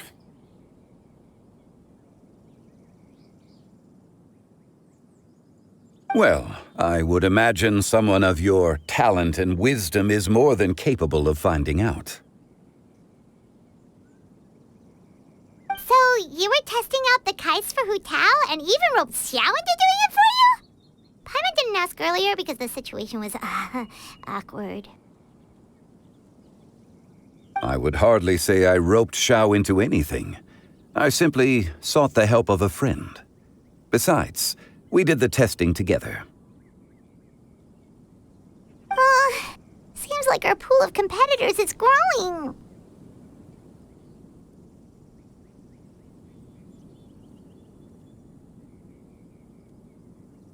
Do you like kite flying, Xiao?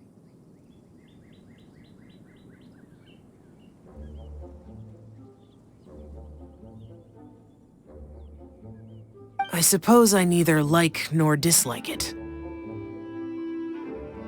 Although, watching a kite gradually ascend into the sky does bring me a certain peace of mind.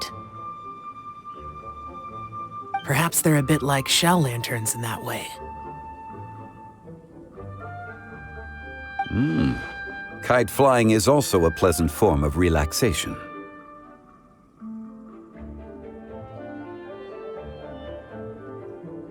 Have you ever thought about making a kite, Xiao? Cloud Retainer taught us how. We can teach you if you want. There's no need.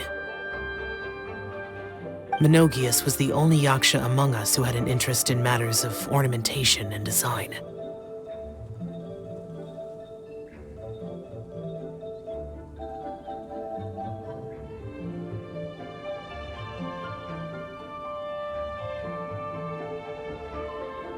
When Lantern Rite is over, come find me near Pervasi's temple if you have the time.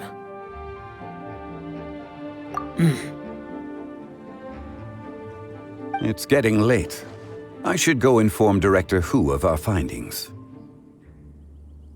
How's she been, by the way? Be sure to say hi to her for us. The last time I spoke to her, she mentioned that she would be visiting Chaoying Village in a few days. If you have the time, perhaps you could also make the trip. If you happen to run into her, you can pass along your regards in person. We'll keep that in mind. Take care, Zhongli. See you later. See you next time.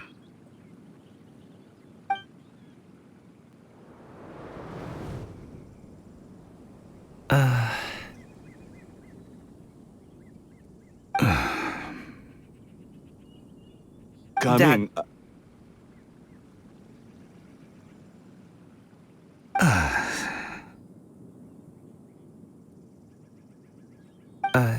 You can go first. I don't have anything to say. Then I'll go. I still don't want to leave Liyue Harbor. Oh. I can't say I support that decision, but...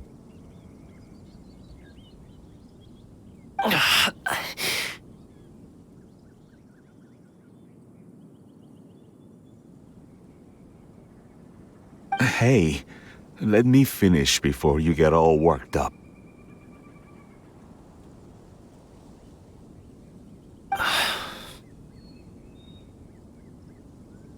Sit, Shenhe, sit. You must be tired from your journey. Shall I pour you a cup of tea, or would you prefer something else to drink?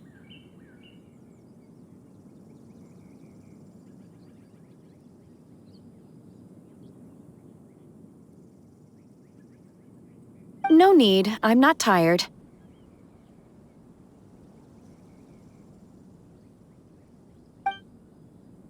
They're gone, Master.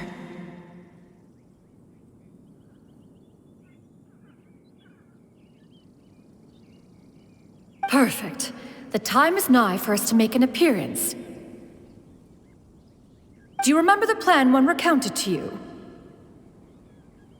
Yes, Master. We aim to give them a demonstration of familial love.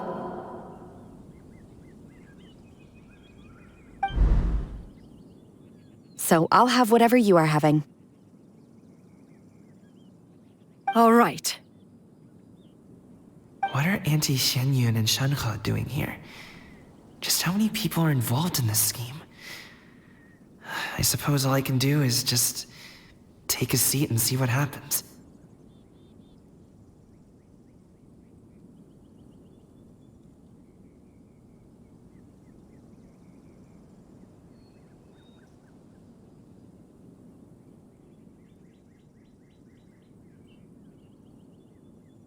Perfect. I just so happened to have bought some Sunglow tea recently. It's quite the delectable variety.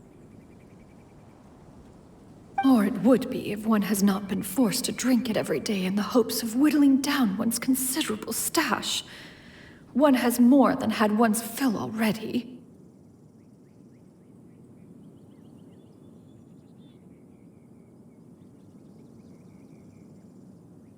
Oh, forget it. Such thoughts detract from the present need to keep up the conversation. Has work been busy during the holiday season? Do you need my help with anything? Drunk guests can sometimes cause trouble, but I deal with them as you taught me, by pinning their heads against the table.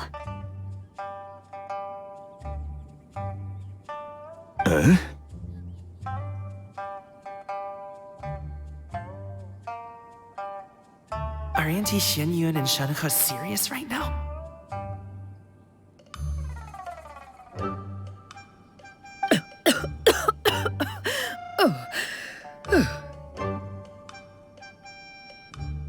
Oh dear. While one was busy orchestrating this act, one seems to have forgotten about Shenhe's various eccentricities.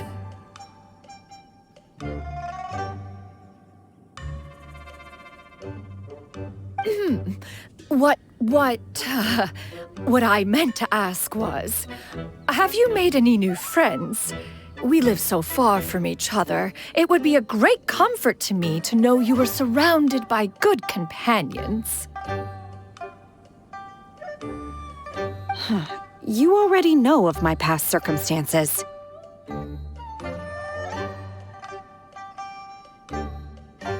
Recently, I've been conversing with Guoba in the kitchen at night.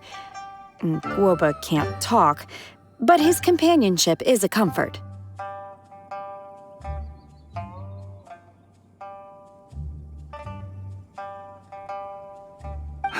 The poor child.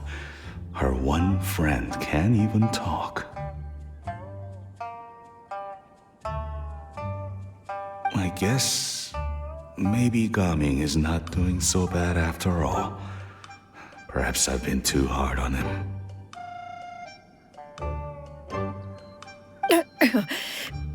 Let's move on, shall we? Do you have any plans for today, Shenhe? How about we do something fun? That sounds about right. Take her to do something fun, and perhaps she'll loosen up a bit.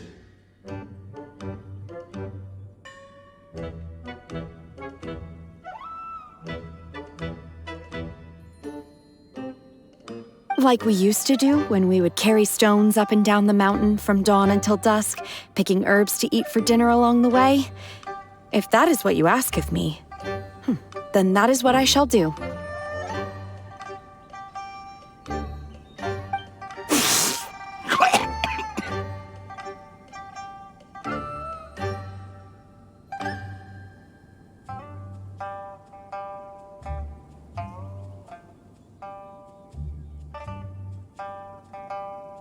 Dad, here, have some tea. Or no, wait, let's not have any just yet.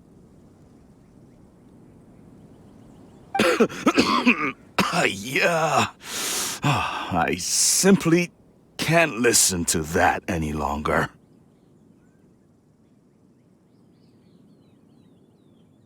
Coming. I'd like to finish what I was trying to say before.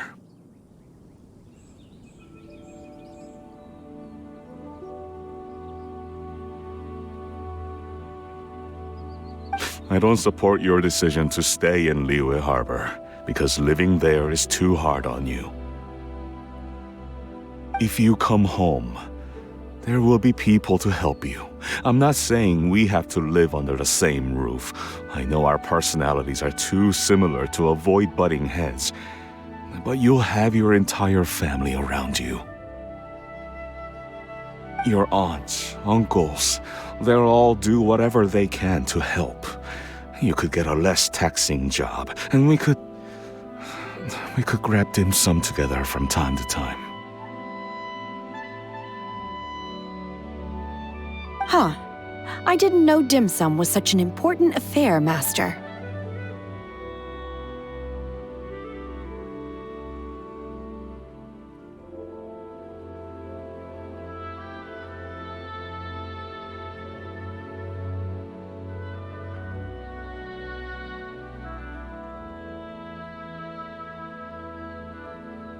Shh.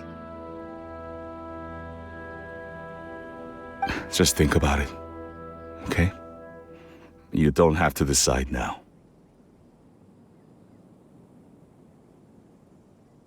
Dad really has changed a lot. He would never have said these things to me before.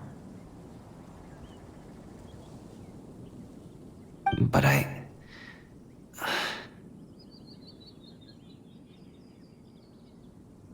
Thank you, Dad.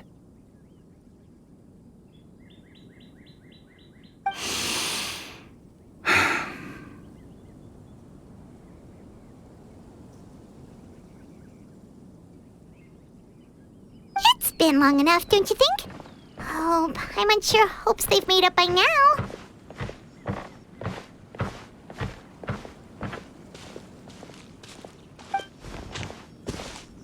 Oh, they're drinking tea in silence. That's not a good sign. Did Xianyun's plan not work after all?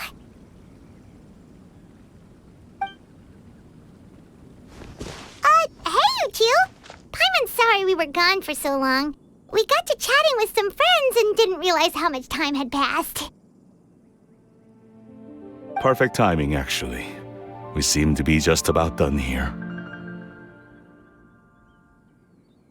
Yep, let's go.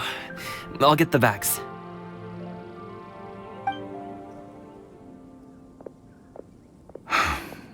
Gaming has grown a lot taller, hasn't he?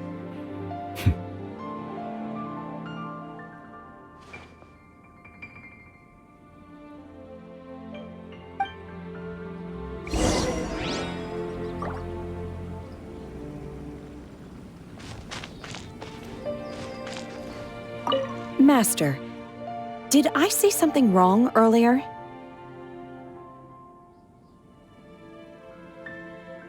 I tried to go along with your questions, but when I saw how you and that man reacted, I started to wonder. Not at all. Certain unforeseen variables may have presented themselves along the way, but the outcome proved favorable. The plan was a success. Then I helped? Naturally.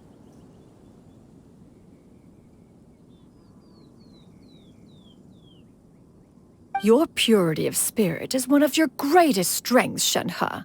You need not change who you are.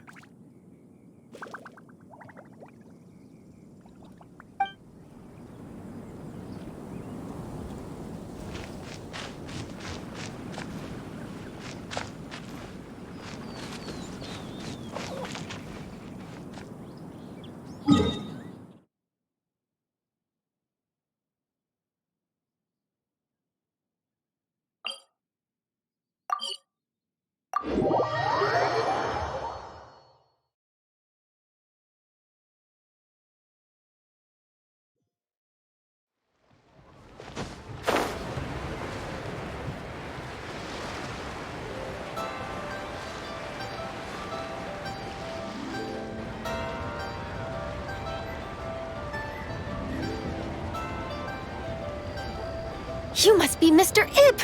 Thank you for coming all this way. My My name is Charlotte, and I'm a reporter from Fontaine. You can find me writing for the Steambird. I invited you here not just to purchase your fine tea, but also with the hope that you might be willing to sit down for a short interview. What do you say? An interview? To advertise my teas? I suppose you could think of it that way. We Fontainians are big tea drinkers, too. The Fontaine Market. Then I'll need some time to adequately prepare. Perhaps we could sit down and discuss the questions you intend to ask in advance. Of course! Please follow me.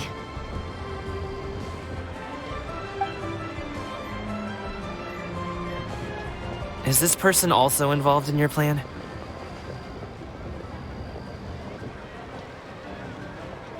And here I thought I had lots of connections. I suppose I've been humbled. You sure know all kinds of cool and important people. Over here! Yoo-hoo! Over here! Huh? What? Auntie Shenyun? She probably wants to talk about the next phase of the plan. Let's go while your dad is still distracted.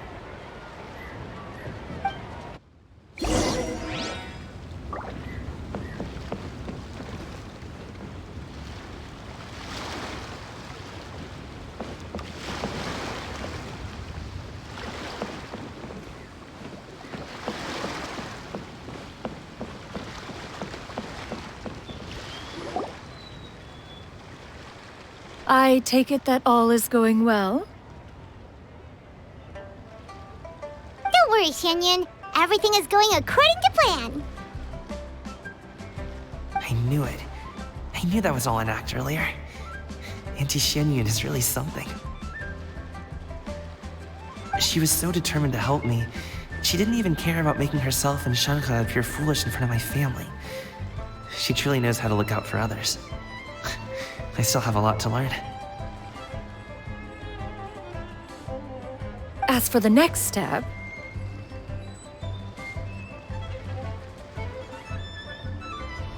Oh no! What's wrong, Gamin? Don't tell me you're the ones footing the bill for all that tea. I can't let you do that.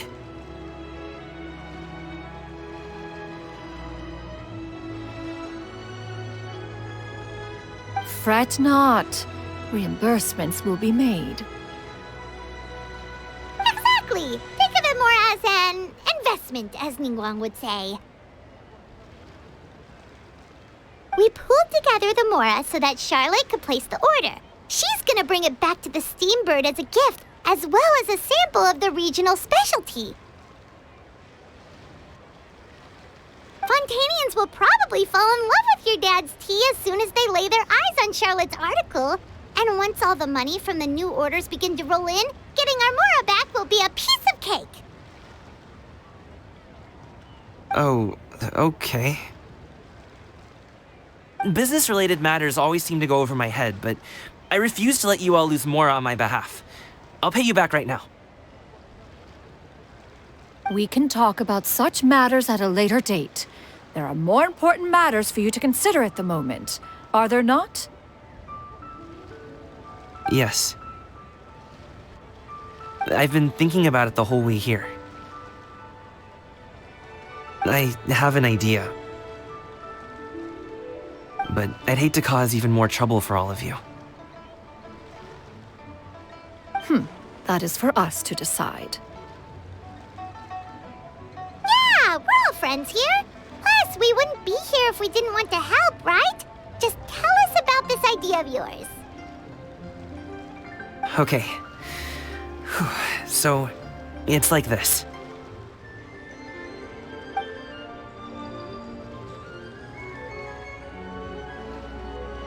Got it. Just leave it to us. Let's split up and make it happen.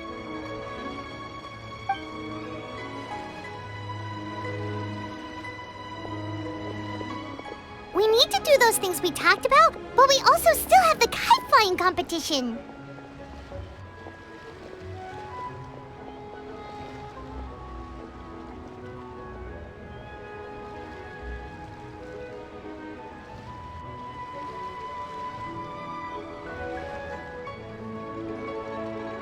Since Xiao already tested out those kites for us, why don't we also go buy one of those mechanical thingamabobs or whatever they're called? We can attach it to our kite!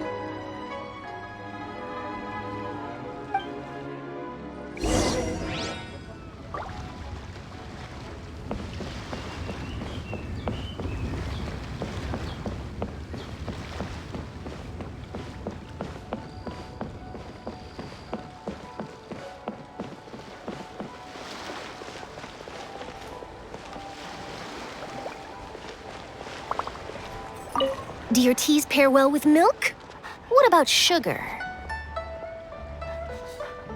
Can we skip that question? Of course! You would much prefer that the teas be made plain, I suppose.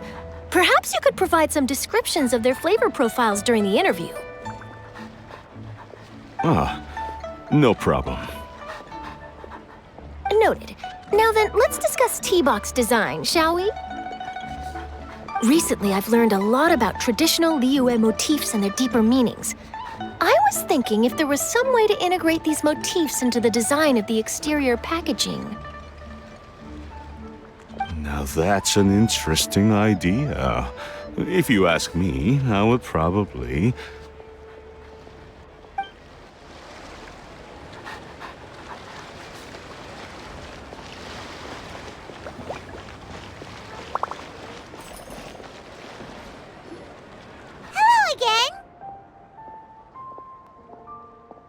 Welcome back! I see you returned from your trip.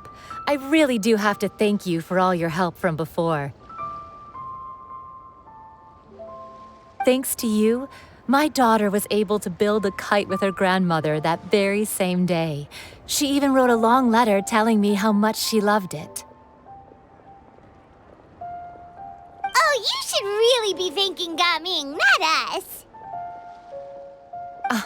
I'll be sure to. And are you here to buy a kite? Please, take your pick.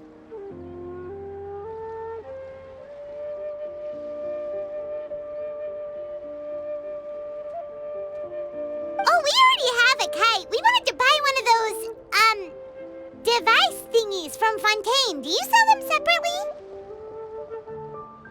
Ah, yes. Here you go. Please, take it, free of charge. The directions are in the box. It's not hard to install at all.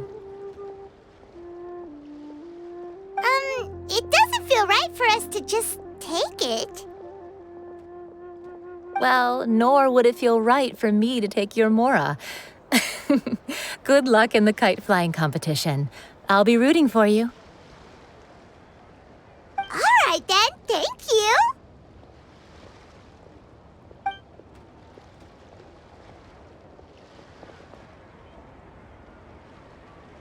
Phew, it's done. Let's get down to business.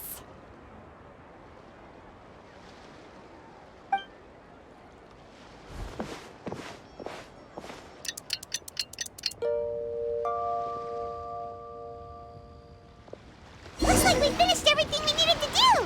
Let's find a good place and put this thing into the sky.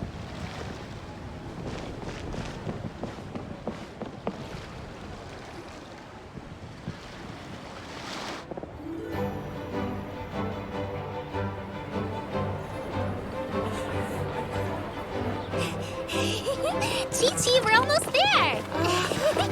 Okay.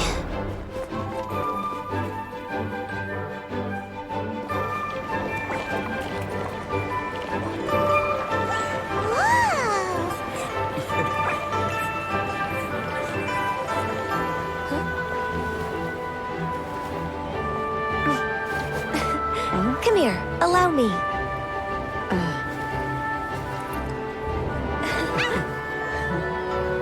The Lantern Rite is as festive as ever!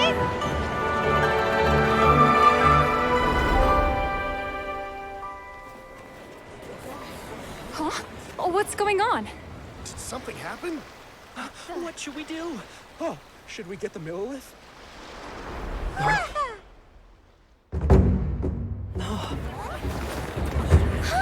What's that?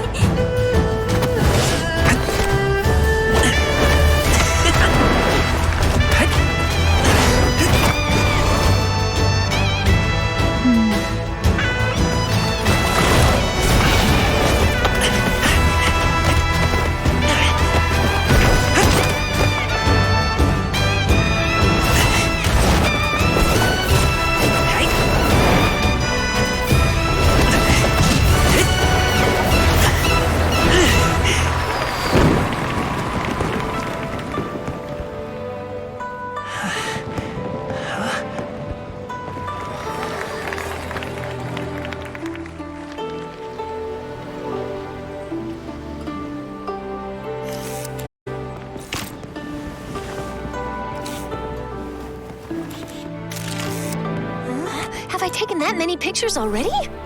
I need to load more film.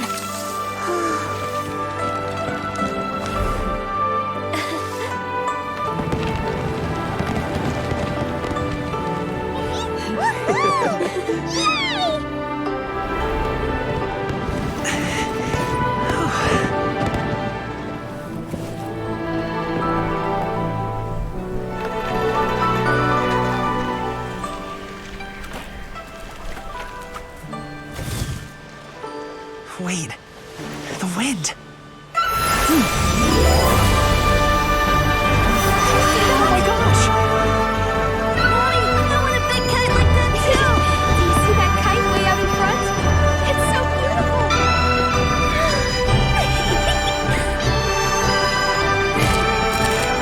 Happy Lantern Rite. Happy Lantern Rite.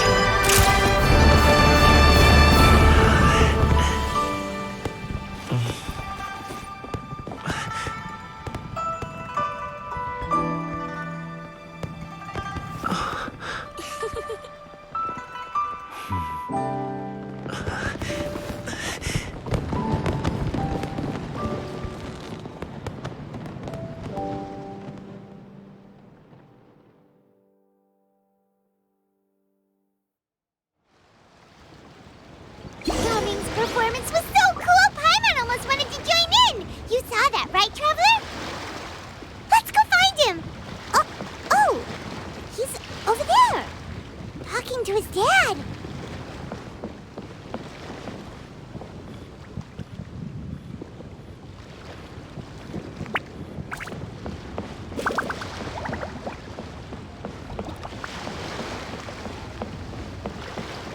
I've got a bunch of interesting gadgets, all from my time with the Crux.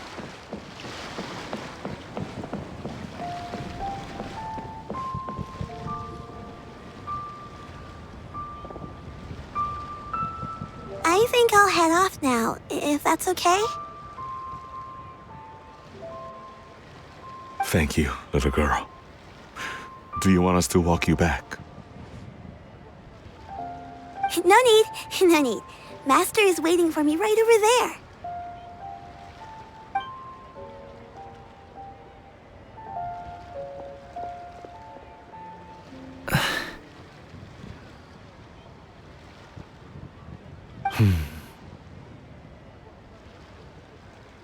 Son.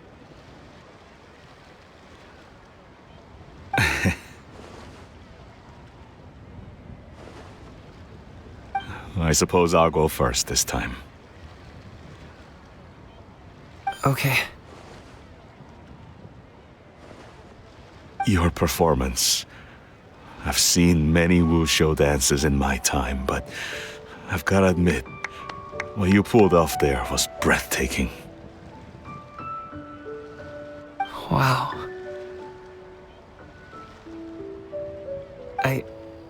I never thought I'd live to hear you say that. You're serious about doing this professionally? Absolutely. I know it'll be difficult, but... Then it doesn't matter.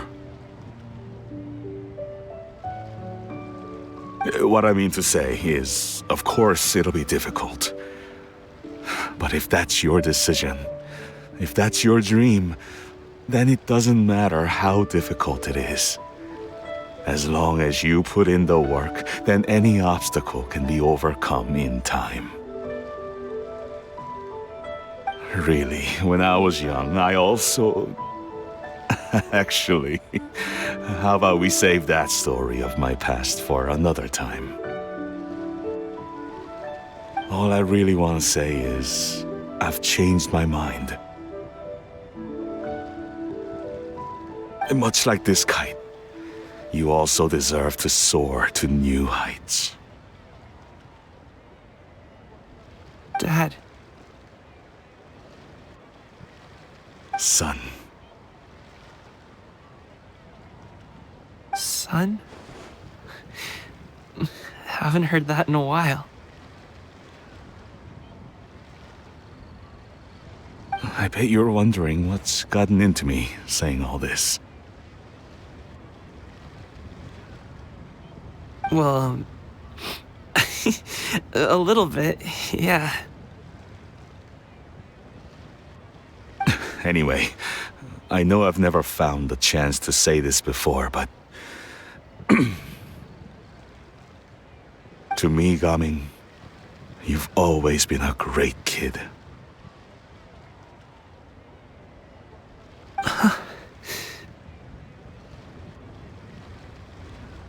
All right, that's everything I've got. Did you have something you wanted to say, or...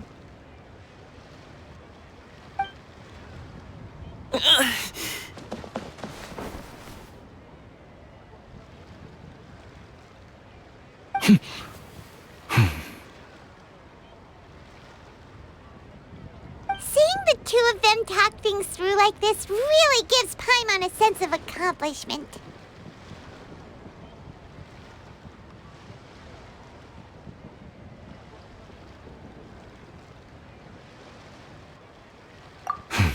Now go. Over there. Your friends are still waiting for you. Huh? But you came all this way. I'll be staying in Liyue Harbor for a bit longer. When you have time, we can grab dim sum together. Your treat, right? Dad, honestly.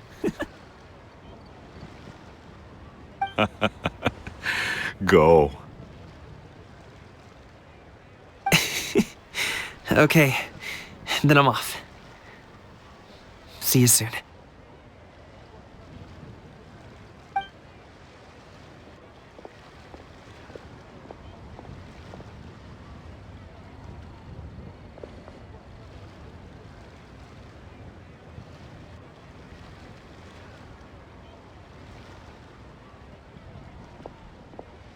That's quite the smile you've got there, Gaming.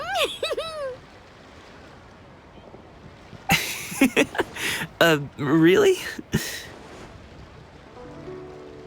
It's nothing to be embarrassed about.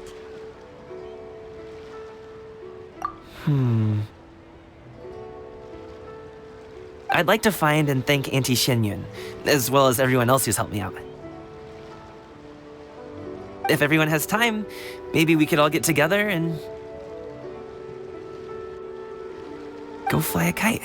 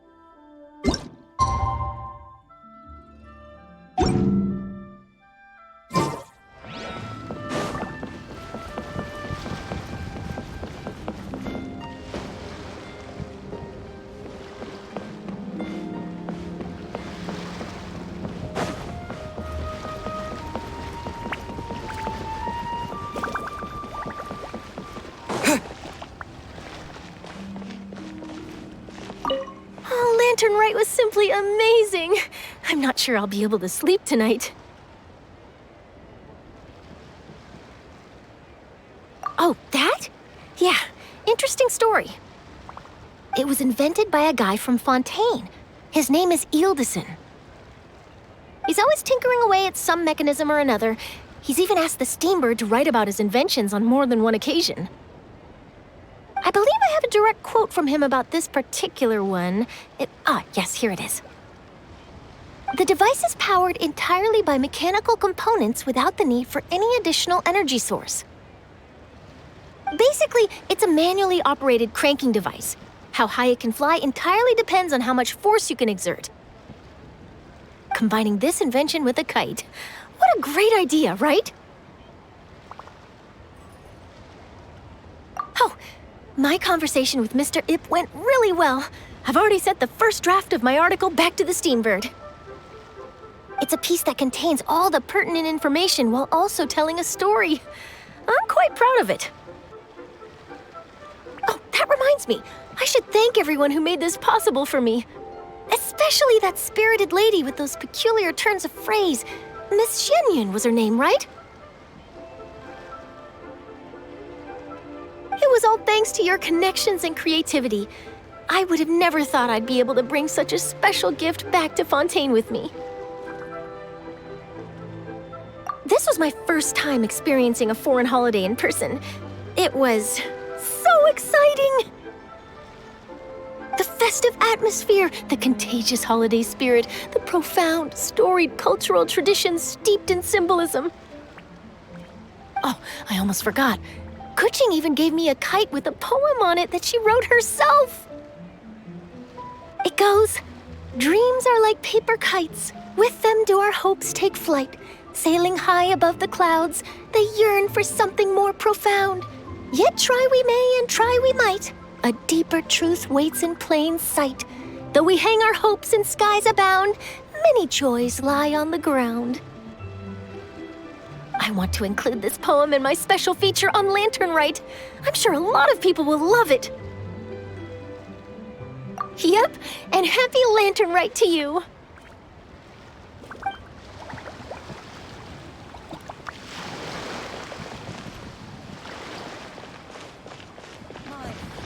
Feeling the sea breeze, watching the kites. What a wonderful holiday.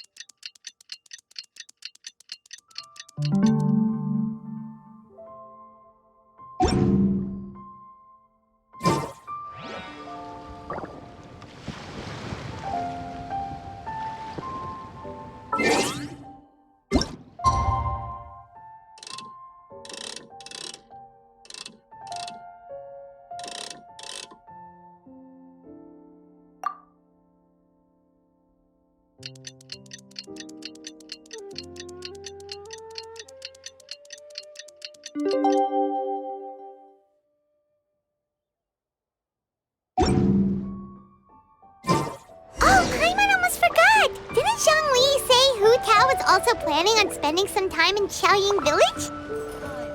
We didn't have anything else to do today, right? Why don't we go have a look around? Maybe we'll run into her.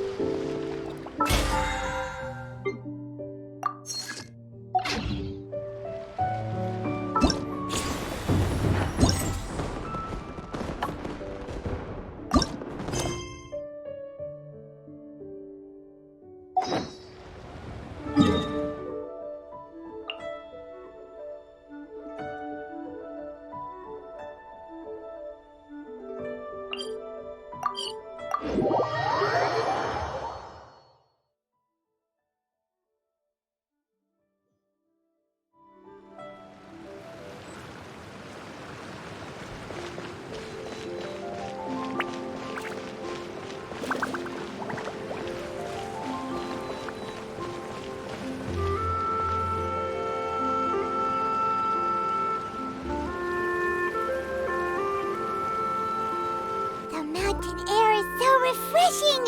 It makes Paimon feel like she could float around all day and never get tired. Cream! Gummies! Fuel fruit! Huh? Did you hear that? Sunshine! Blue skies! Good vibes! Right? So Paimon wasn't just hearing things. That voice sounds really familiar. Well, we've got the time. Why don't we go check it out?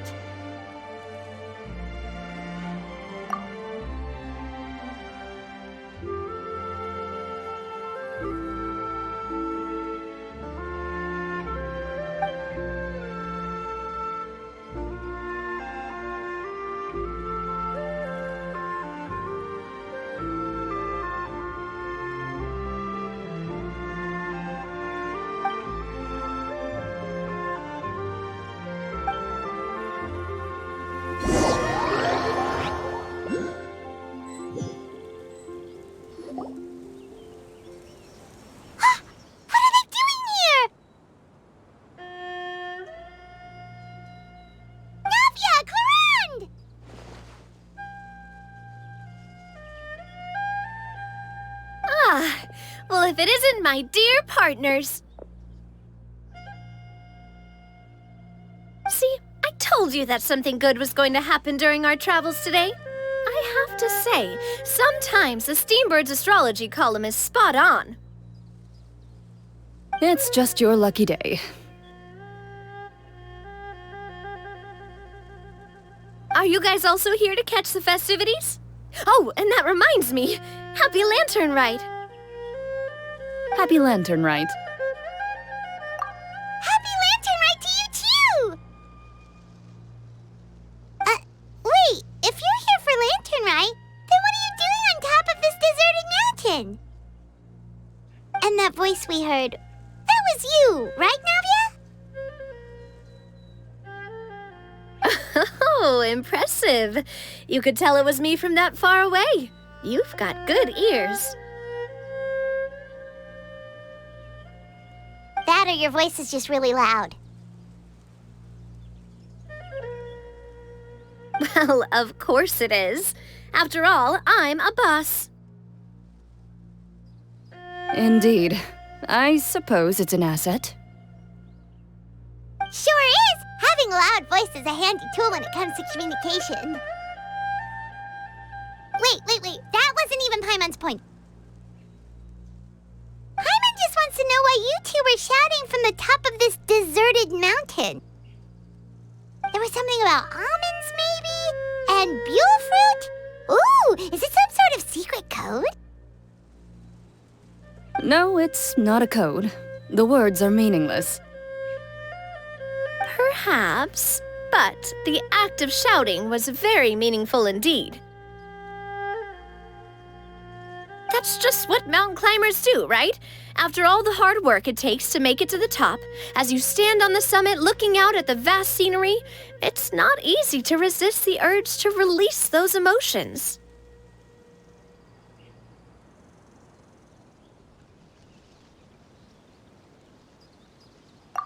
Exactly.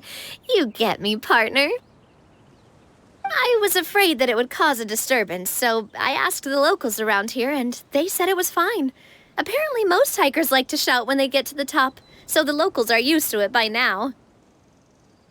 So, you see, it's not just me. I guess everyone shouts from the top of a mountain at some point in their life. Speak for yourself. When you're stressed, don't you ever just get the urge to do something for no reason? Not really. If I ever get stressed, I just go hunting. Oh, that's a pretty good way to relieve stress.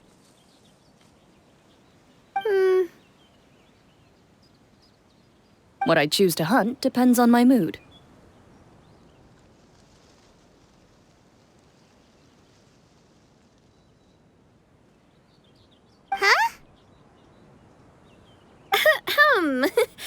Anyway, why don't you two give it a try? Shout anything you want. It's a real stress reliever. As long as Paimon has clothes on her back and food in her belly, Paimon doesn't think there's any stress that needs relieving. Oh, I bet you guys are just too embarrassed to let loose. No need to be shy. Even Farina was shouting from the top of this mountain earlier. Huh? Did Paimon hear that right? Farina's also here? In Chaoying Village? Believe in your ears. It is indeed as you heard. Actually, the reason we climbed this mountain in the first place was also because we heard the sound of shouting. Yes, we could just about make out someone yelling things like, "Help me!" and "What should I do?" So we hurried up here to check it out. And what do you know? Miss Farina was standing right there, all red in the face. She practically sprinted back down the mountain the minute she saw us. Ah, that reminds me. I believe what she actually said was, "So help me, I will figure out what I should do about this script."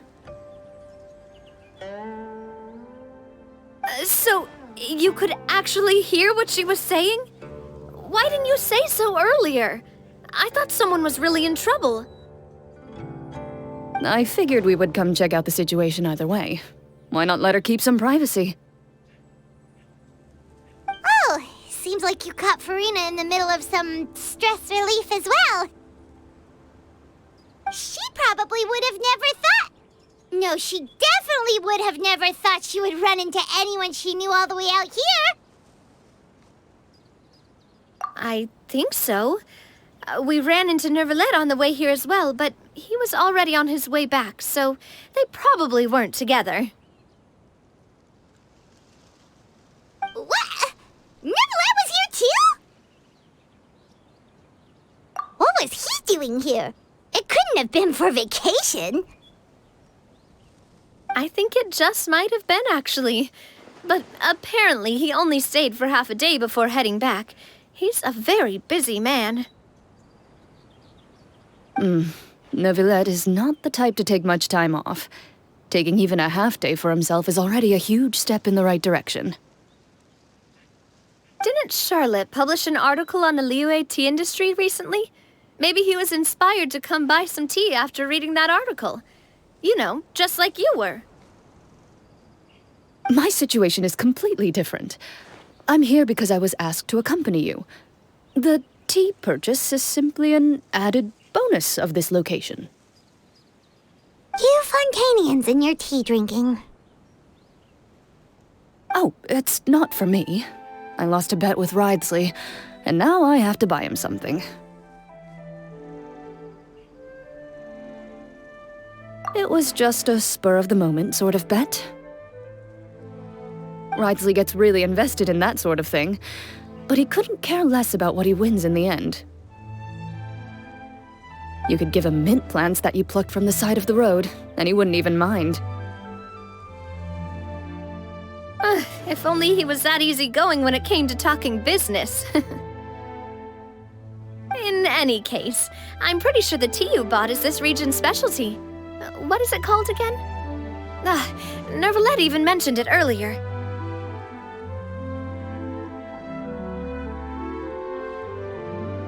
Yes, that's the one. You didn't really buy 10 boxes, did you? Please, do I look like someone who would fall for that sort of marketing trap? That reminds me. You guys said you only came up here because you heard my voice, right? I hope it didn't put you out. You must have had other plans for the day. Oh, that's right. Who tell? A few days ago, we heard that a friend was going to be in Chaoying Village, so we decided to come and see if we could run into her. Oh dear, we've been chatting for quite some time. I'm sorry for keeping you. That's good. We should probably head out and look for Hu Tao. No need to stay on our account. We just got up here, so we're gonna stay around for a little longer. Go and meet your friend. We can meet up in Chaoying Village later. Sounds good. We're gonna head down the mountain then. See you later!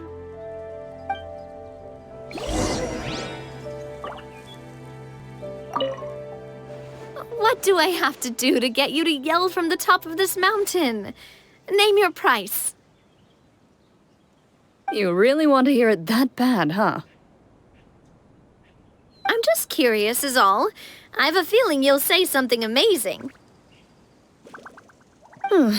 I will pass.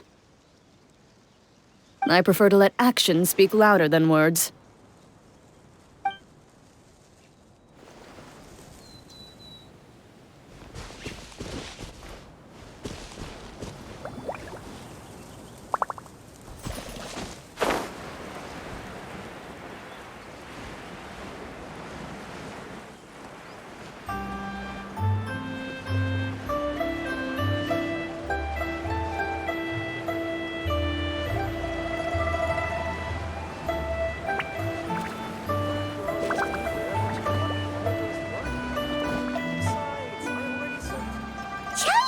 Is known for its tea, but you know what else they have with tea?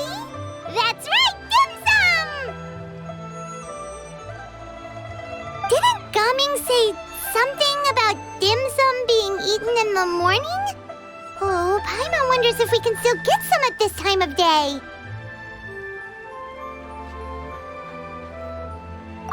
Oh, well that's fine too. Paimon doesn't care what kind of tea it is as long as it comes with some tasty snacks. Now, let's see what kind of yummy things we can find around here. Paimon's not seeing things, is she? Is that Farina standing between Zhongli and Hu Tao?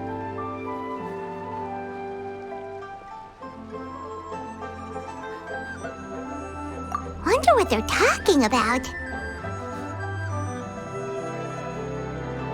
Zhongli knows a lot of stuff. Maybe he's telling Farina about Chaoying Village.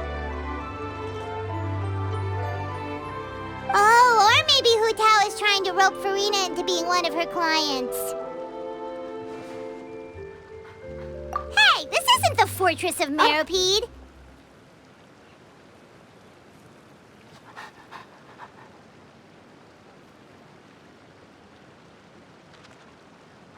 But Paimon could be convinced for the right price. Let's say, loser buys the winner 3 huge bowls of seafood kanji. Since Zhongli is there, Paimon bets things are pretty tame.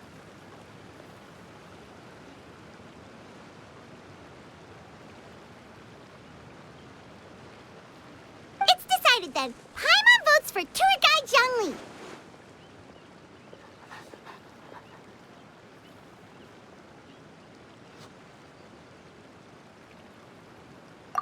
No time to waste! Let's go see who's right.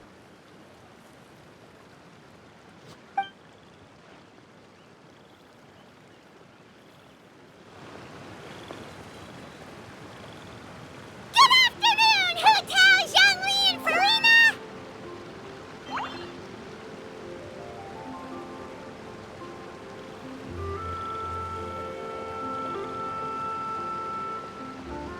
Oh, great. Now Paimon's shouting too. Oh, well, aren't you a sight for sore eyes? Seems like our luck just keeps on growing. That we were able to meet you both without prior arrangement must mean that this is quite the serendipitous meeting indeed. Huh? Oh, so both of you are acquainted with the Traveler in Paimon then?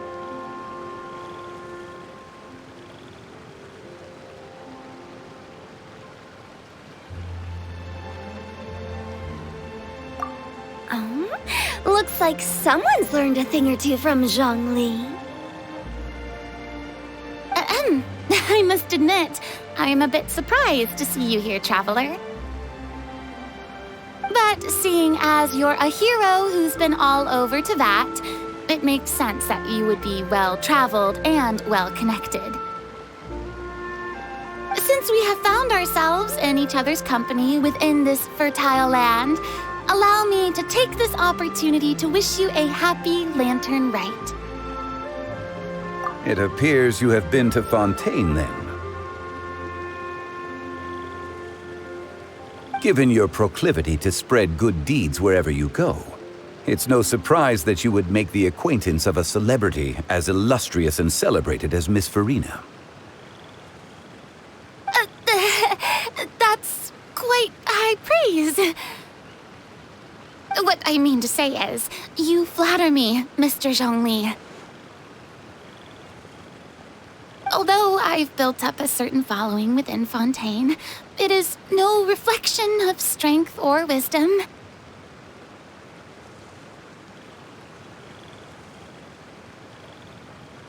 I stand before you right now as nothing more than an ordinary traveler in search of beautiful scenery and creative inspiration.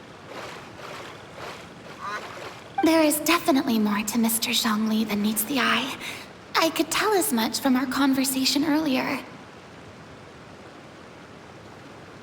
Given his breadth of knowledge on both academic and worldly matters, there's no way he hasn't heard about what happened in Fontaine.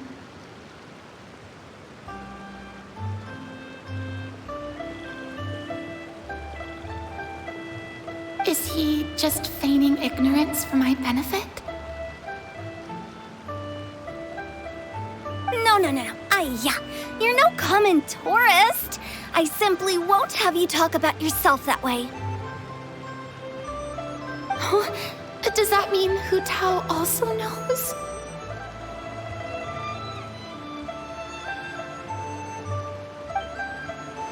You may not have heard, friends, but...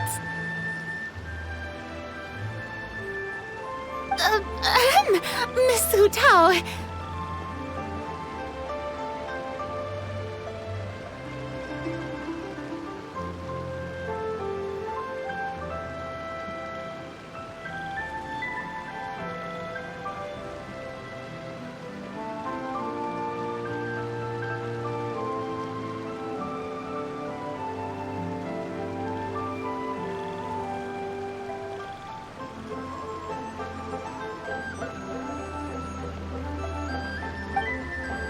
Miss Farina is now one of my esteemed clients.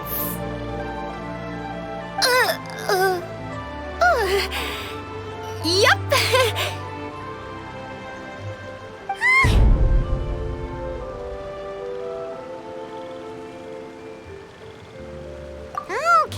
Okay, you win.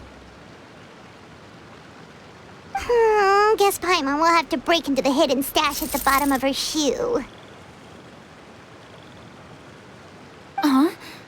What's this about winning something? Don't tell me. You two were placing bets on us.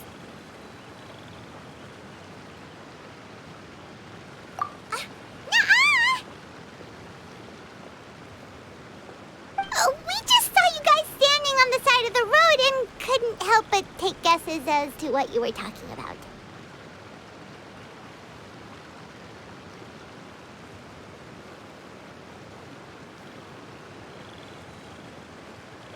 Oh, I see. That means you, my friend, must have guessed that I was trying to promote my business to Miss Farina. That I do, my friend. What was Paimon's guess then? Paimon thought Zhongli was showing the newbie around. By newbie, you mean me, right? If that's the case, then Paimon's guess was also correct. Oh, that's right. Mr. Zhongli was telling me about some great sightseeing spots in the area. You see? Paimon was right too! Since both of our guesses were right, there can't be a winner or a loser. Hey, don't be upset, Traveler. How about this? this. You buy Paimon a bowl, and Paimon will also buy you a bowl. As for the third bowl... Since I was the subject of the bet, perhaps it should go to me? You know, as a congratulations for the huge deal I just struck. I was just joking. Anyway, I should be the one treating you. The funeral parlor is about to bring in quite the sum after all.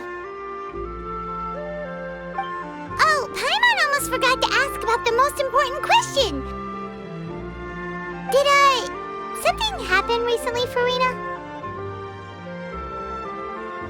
Huh? What do you mean? Well, you know, with you enlisting the services of Wangxiang Funeral Parlor and all.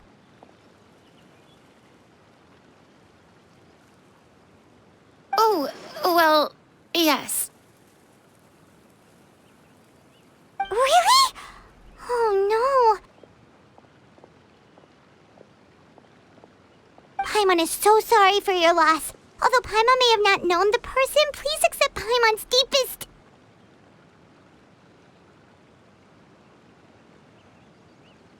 Whoa, it's not like that, Paimon. Huh? But Paimon just thought, since you hired the services of a funeral parlor and all... Hey, it's not that big of a stretch. Really, Paimon? It's not like you don't know me. Do I look like I know anyone who would ask me to coordinate their funeral?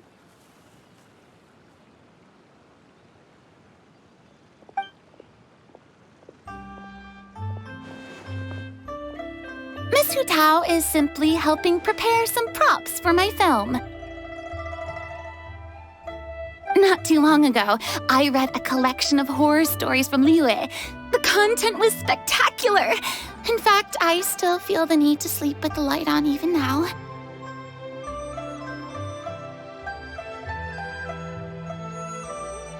Anyway, that's not the point.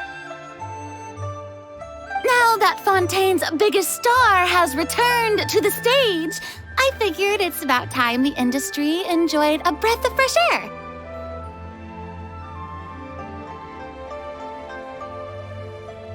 Hey, that's pretty good. I'll have to remember that for my ad posters. Oh, Paimon sees. That makes a lot of sense. So, did you come to Liyue just to enlist the services of Wangxiang Funeral Parlor? Well, not exactly. My original plan was to just relax and enjoy the sights. But then I ran into Miss Hu Tao and Mr. Zhongli, and well, you know the rest. I suppose it was meant to be. It was a fated meeting indeed. Zhongli sure loves his lofty turns of phrase. But if you ask me, it's all thanks to that man who stopped to ask for directions. Oh? Who was it? It's someone you know. Wanna take a guess? What? How did you guess that on your first try? Very impressive, my friend. Your guessing game is spot on today.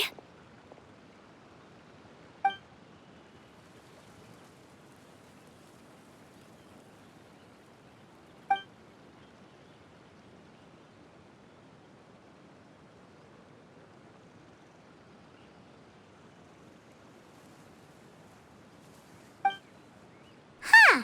Paimon never thought Neuvillette would be the type to get lost.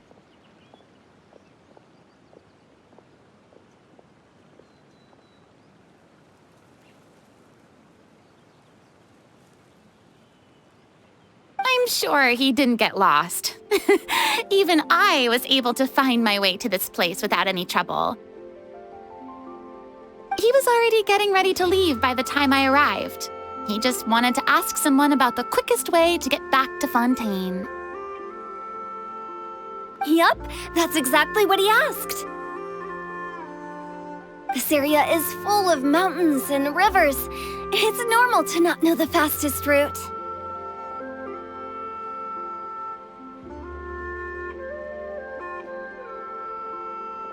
So, were you the one that pointed him in the right direction, Hutao? Of course. I'm also a guide of sorts, you know. So naturally, I also have a great sense of direction. But speaking of your friend... What about him? He doesn't get out much, does he? No wonder. He was stiff as a board and way too polite. I would have never guessed he was here on vacation if you hadn't told me. All in all, he was only here for half a day. I'm pretty sure he is the only one who would consider that to be a vacation. Oh? This gentleman you speak of must keep a demanding schedule. I'm sure he does. You didn't see him, but he was dressed like he was about to attend some important meeting. It wasn't anything like what someone would wear on vacation. Is that so? Wait, you didn't see him, Joey? Unfortunately, no.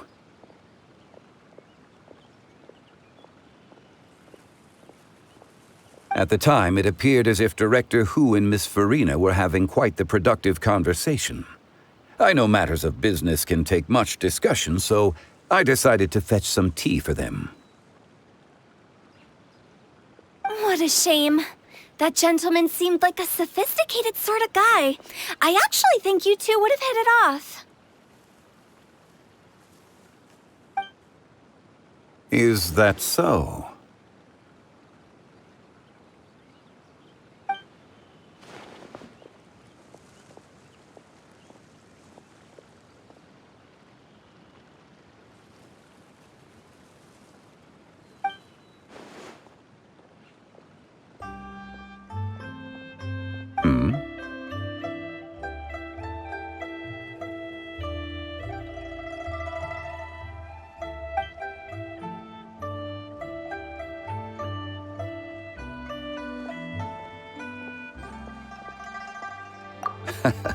To borrow Miss Farina's turn of phrase, perhaps it just wasn't meant to be. Well, with the traveler around, I'm sure you'll have a chance to get to know each other at some point. That's right. He's got more friends than he knows what to do with.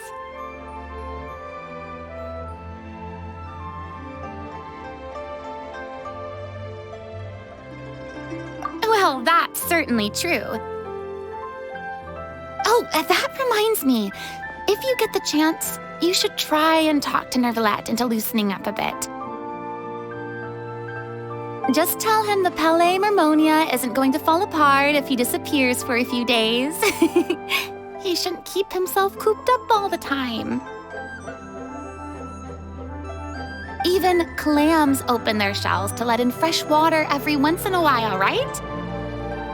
If he's really that much of a stickler for protocol, he can fill out a leave of absence request. He'd have to approve it himself since he handles that sort of thing now, but you know what I mean. Seems like this gentleman is also in charge of something pretty important.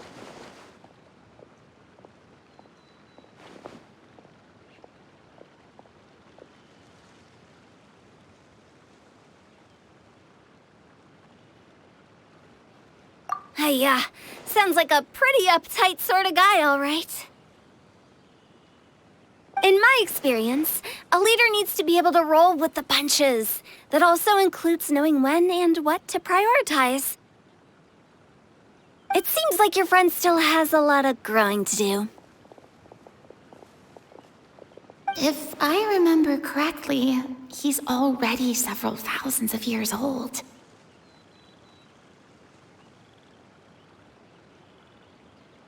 You're quite right, Miss Hutao. Oh? Traveler, Miss Farina, those two individuals over there appear to recognize you. Oh, it's Navia and Clorand. Hey, over here!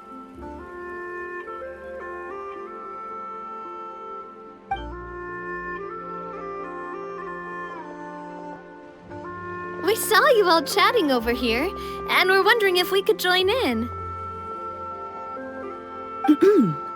Please, excuse the interruption.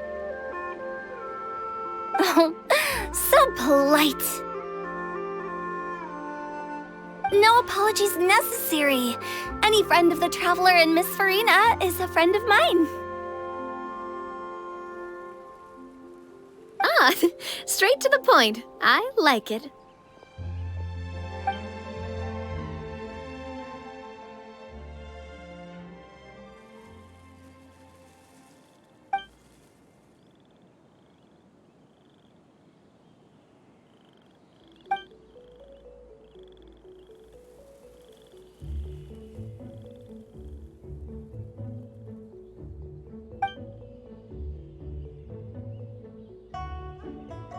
It's getting late.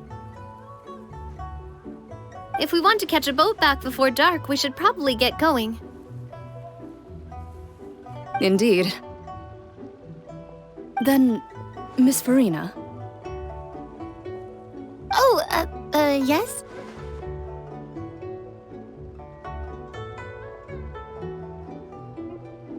When are you planning to head back? Do you need us to escort you? Oh, I don't think that will be necessary. I mean, you're not my subordinate anymore. You don't need to look after me. I didn't mean it that way. It's normal for friends to travel home together if they run into each other on the road. There are a lot of mountainous roads in this area. I imagine they'll be even harder to navigate after dark. Exactly!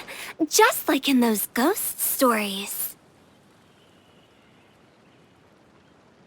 8 paths converge in a wood. Beside them an old house is stood. If you dare to go inside, not a soul will greet your eye. But if you take a closer look, there may be something you mistook. A candle flickers to and fro, yet there is no wind to make it so. What is its secret? What could it mean? In this wood, where mystery screams. Ooh.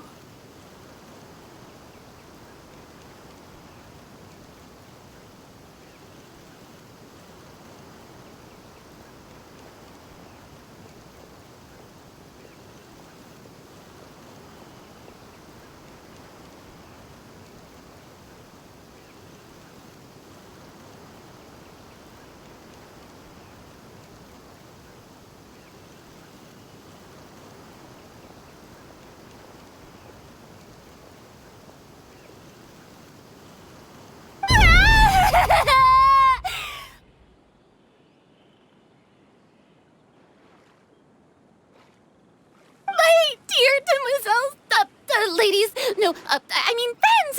Please take me with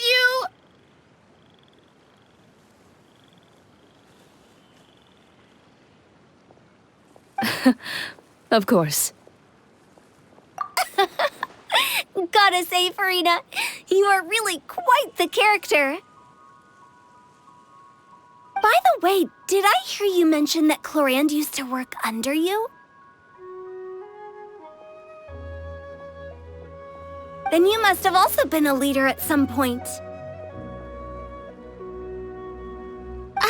Well, that's, all in the past now. Besides, being a leader is hard. It wasn't the right job for me.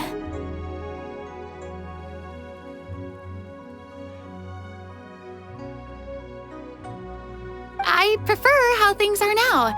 I can come and go as I please, and get to enjoy the sweet taste of freedom. I see. Well, you've certainly picked an apt place to relax. Chaoying Village is an exemplary choice. Only the best. And I've learned a lot, too. Thank you so much, Miss Hu Tao and Mr. Zhongli. It's fine. You've thanked us more than enough already. The next time you're in this neck of the woods, I'll treat you to some dim sum in the city. Dim sum. Is that some kind of Liyue term for snacks or desserts? They are a part of it. It's basically a table full of as much tea, sweets, and good company as you can manage. Oh, so it's basically a tea party! Sounds great! Make sure to order the winter melon cake and the lotus flower crisp. They're so sweet and delicious. Paimon knows you'll love them. Ooh, okay. I'll be looking forward to it then. Wait, but didn't you guys say you were here on vacation? How come you're all going home empty-handed? Of course I am. I bought tons of fun things to bring home with me.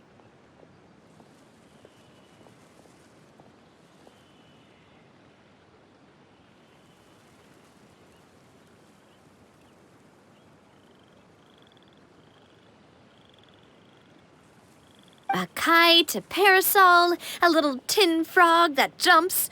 Oh, and a stuffed toy of a mythical beast. Chlorand is the one who didn't buy anything for herself. So all you're bringing back with you is that tea?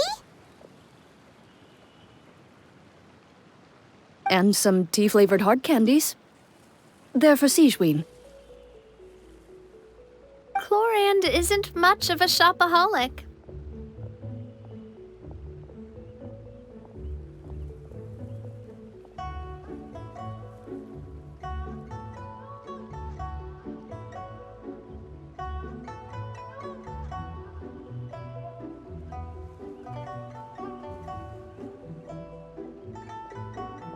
Well, one of us has to practice restraint. Hey, I'm hardly reckless with my Mora. I'll have you know, all the purchases I made today were well within my budget. Me? Oh, well, I bought some tea, of course. I just had to try all the varieties recommended in the Steambird. Other than that, just some bits and bobs, you know. A little bit of this, a little bit of that. They should all be things I can use, I think.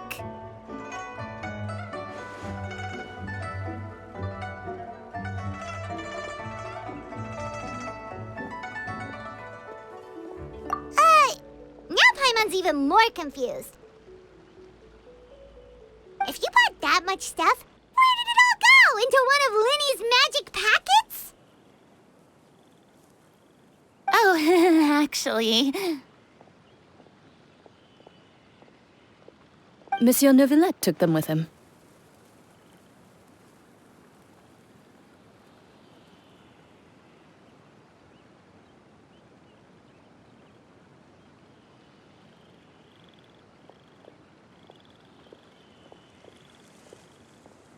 Oh, so that's what happened.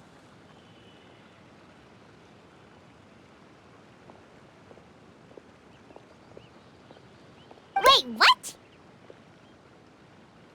Why did he take them? He's not hoarding treasure, is he? That's quite the imagination you've got there, Paimon.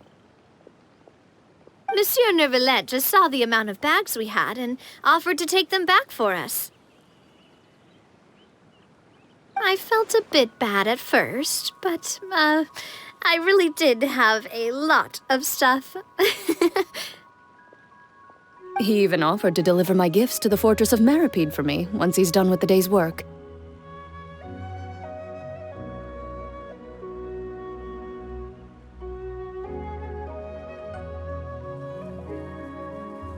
Neuvillette is a man of his word. If he says he can do something, then he means it.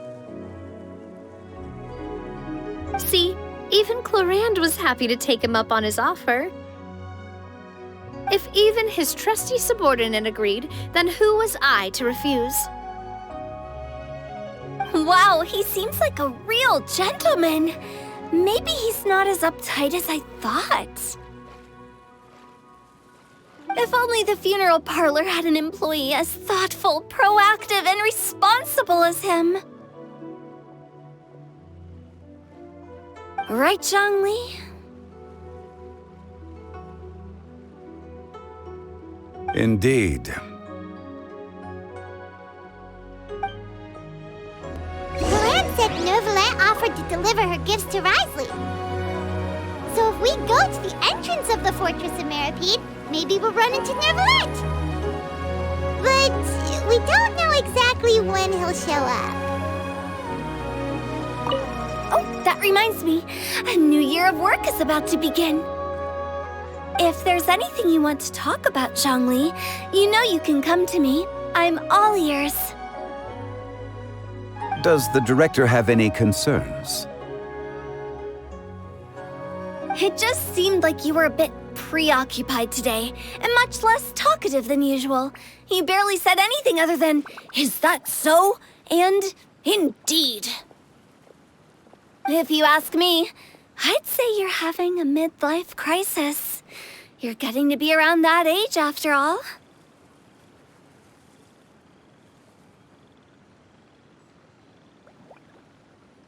Is that so?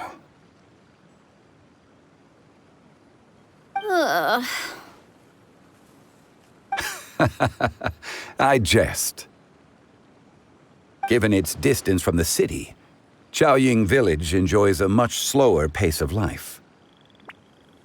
Surrounded by such peace and tranquility, I also seem to have developed a proclivity for inactivity. I apologize for making you worry. I see. What do you think, Traveler? Is this atmosphere putting you in a lazy mood too?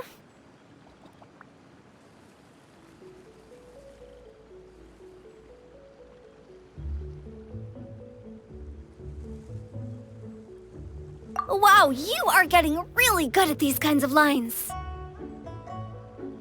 Indeed.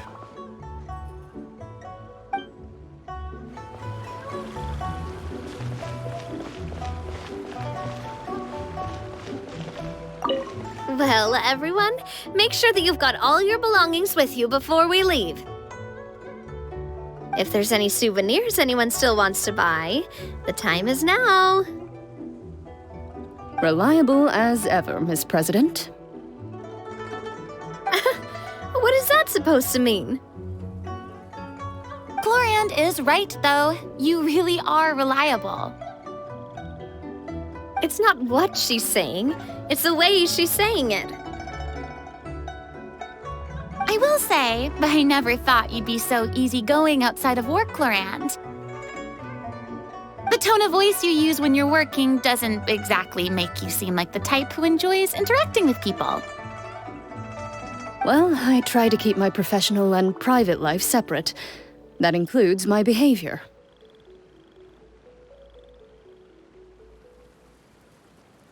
You take care now, Traveler. Paimon.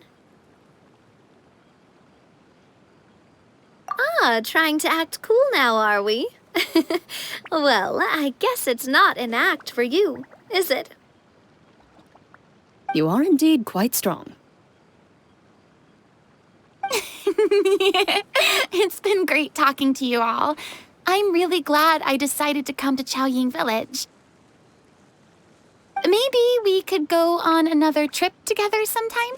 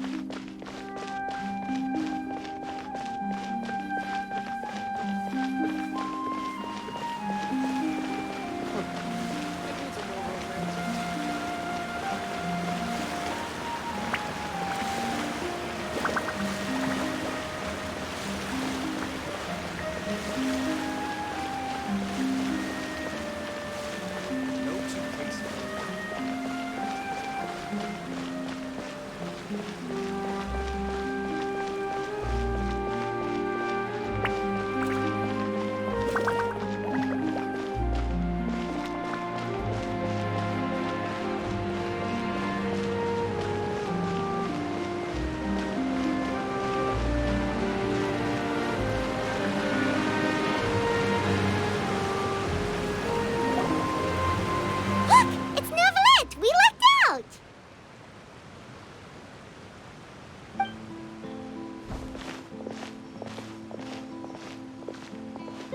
Oh, it's you. It has been some time since our last meeting.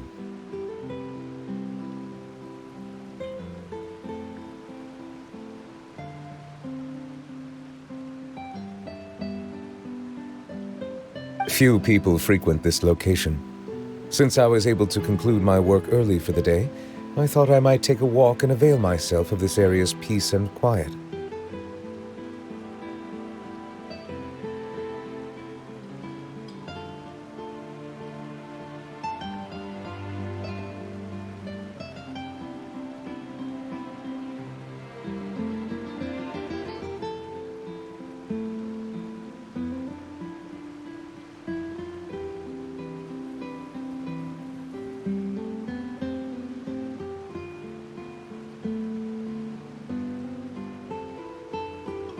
You call this early?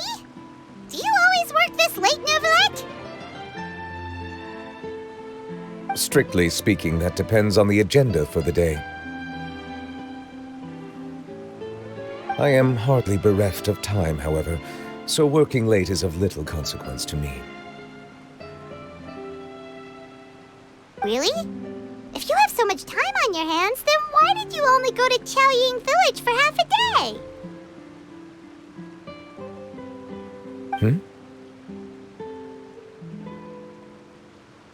First, I should clarify that I was referring to my lifespan, rather than the time at my disposal on any given day.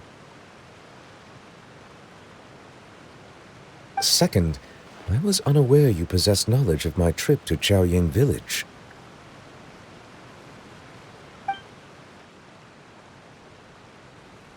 I see. Thank you for informing me. Yes, they have been safely delivered. I have to hand it to Clorant. Just a simple gift delivery, and she has the great and mighty Udex at her beck and call.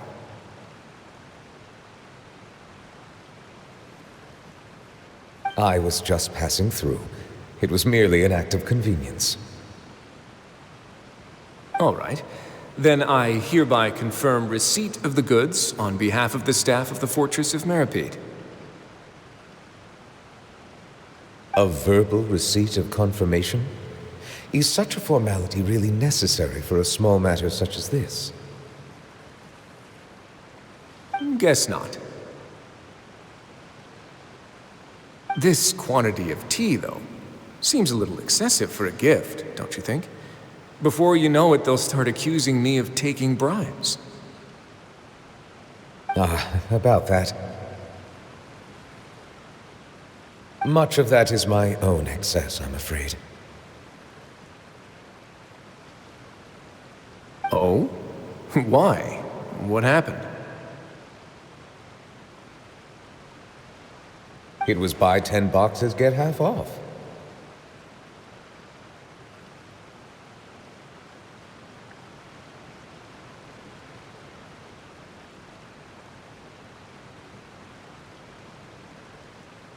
Ah, that explains it then. Well, go ahead and leave them to me. I'll get through this stash as fast as I can. You have my thanks. Oh, there's something else I'd like to give to you. This is a stone slate, engraved with a symbolic design. While that is an apt description, it is in actuality a legal codex. A legal codex, huh? Before the advent of modern writing utensils, information was recorded on stone slabs such as this. The law was no different. Okay. Since ancient times, the scales of justice have symbolized the fairness and impartiality of judiciousness. As a tribute to that sentiment, this slate was designed after a traditional legal codex and engraved with a symbol instead of text. During my travels recently, I chanced upon a roadside stall offering tourists the opportunity to try their hand at the ceramic arts, so I decided to have a go. We joked with Clarence some time ago about gifting you a legal codex. So, here you go. Ah, so that's what this is about. I did not expect you to remember it as well. In any case, I hope this can be considered as a reasonable attempt to join in on the banter. It is a very good attempt. I suppose I shouldn't be surprised. Even your sense of humor centers around the law. That's an impressive level of commitment. A gift of this significance deserves to be put on display, and I know just the place. Front and center in the fortress's showroom.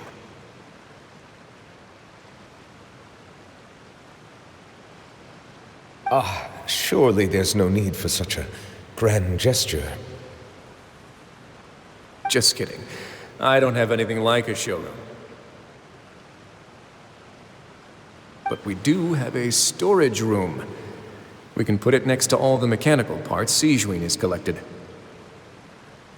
That sounds good to me. So that's what you were doing in Chaoying Village. Indeed. Of course, while I was there, I also took the opportunity to taste the local spring water.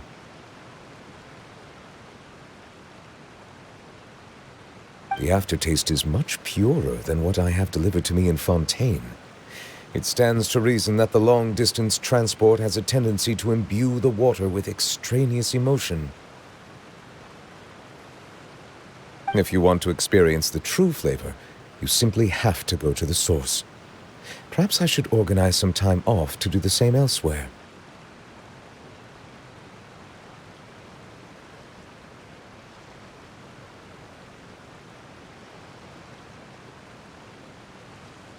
Then we are of the same mind. It appears my desire is justified. If you say so, but you know you don't have to justify a vacation, right? You can just take one. After all, you're hardly bereft of time. You can do whatever you want. You're quite right. I suppose I suffer not from a lack of opportunity, but rather a lack of inspiration.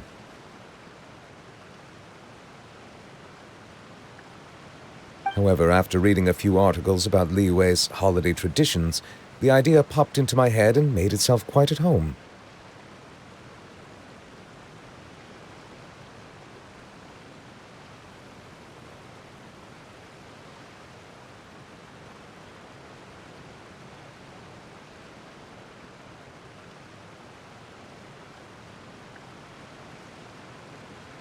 Seeing as I was free of responsibilities for the morning, I decided to depart at once. Refreshing. My spontaneous outing seemed to inspire quite a few other spontaneous decisions as well.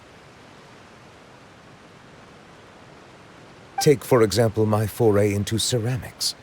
At first, soil from the ground is granular and unforgiving, but add the right amount of water, and it becomes soft, moldable, and able to take shape. In the past, I never thought about how quotidian vessels were crafted, but now I have participated in their very making. This is also something I made today.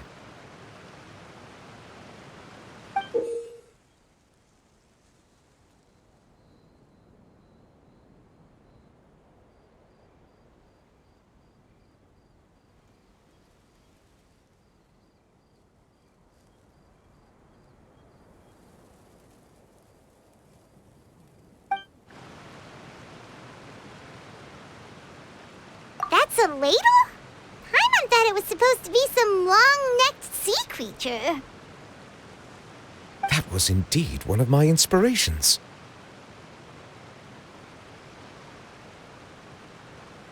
Really? You like it? To tell you the truth, given your unexpected arrival, I find myself quite unequipped to give you the welcome you deserve. Around such an important holiday such as this, human custom would dictate that gifts should be in order. But I'm afraid this is all I can offer. If you'll have it, that is.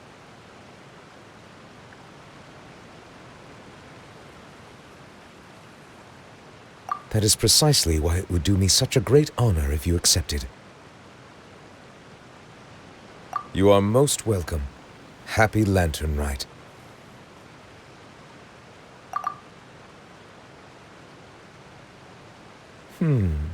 Approve a leave of absence request for myself. That sounds like it could easily lead to a vicious cycle of self-indulgence, something which couldn't be in further violation of protocol. But I suppose I understand her point. My proclivity to refrain from personal outings does, in part, originate from a sense of responsibility toward my duties. But it is also due to a lack of desire to engage in the human world. But now I see that the human world is indeed full of many interesting places to discover.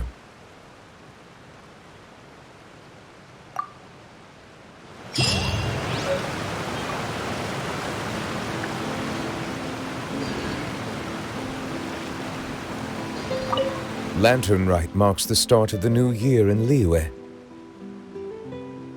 In the spirit of the season, then, I wish you a year of success as vast and endless as the open ocean.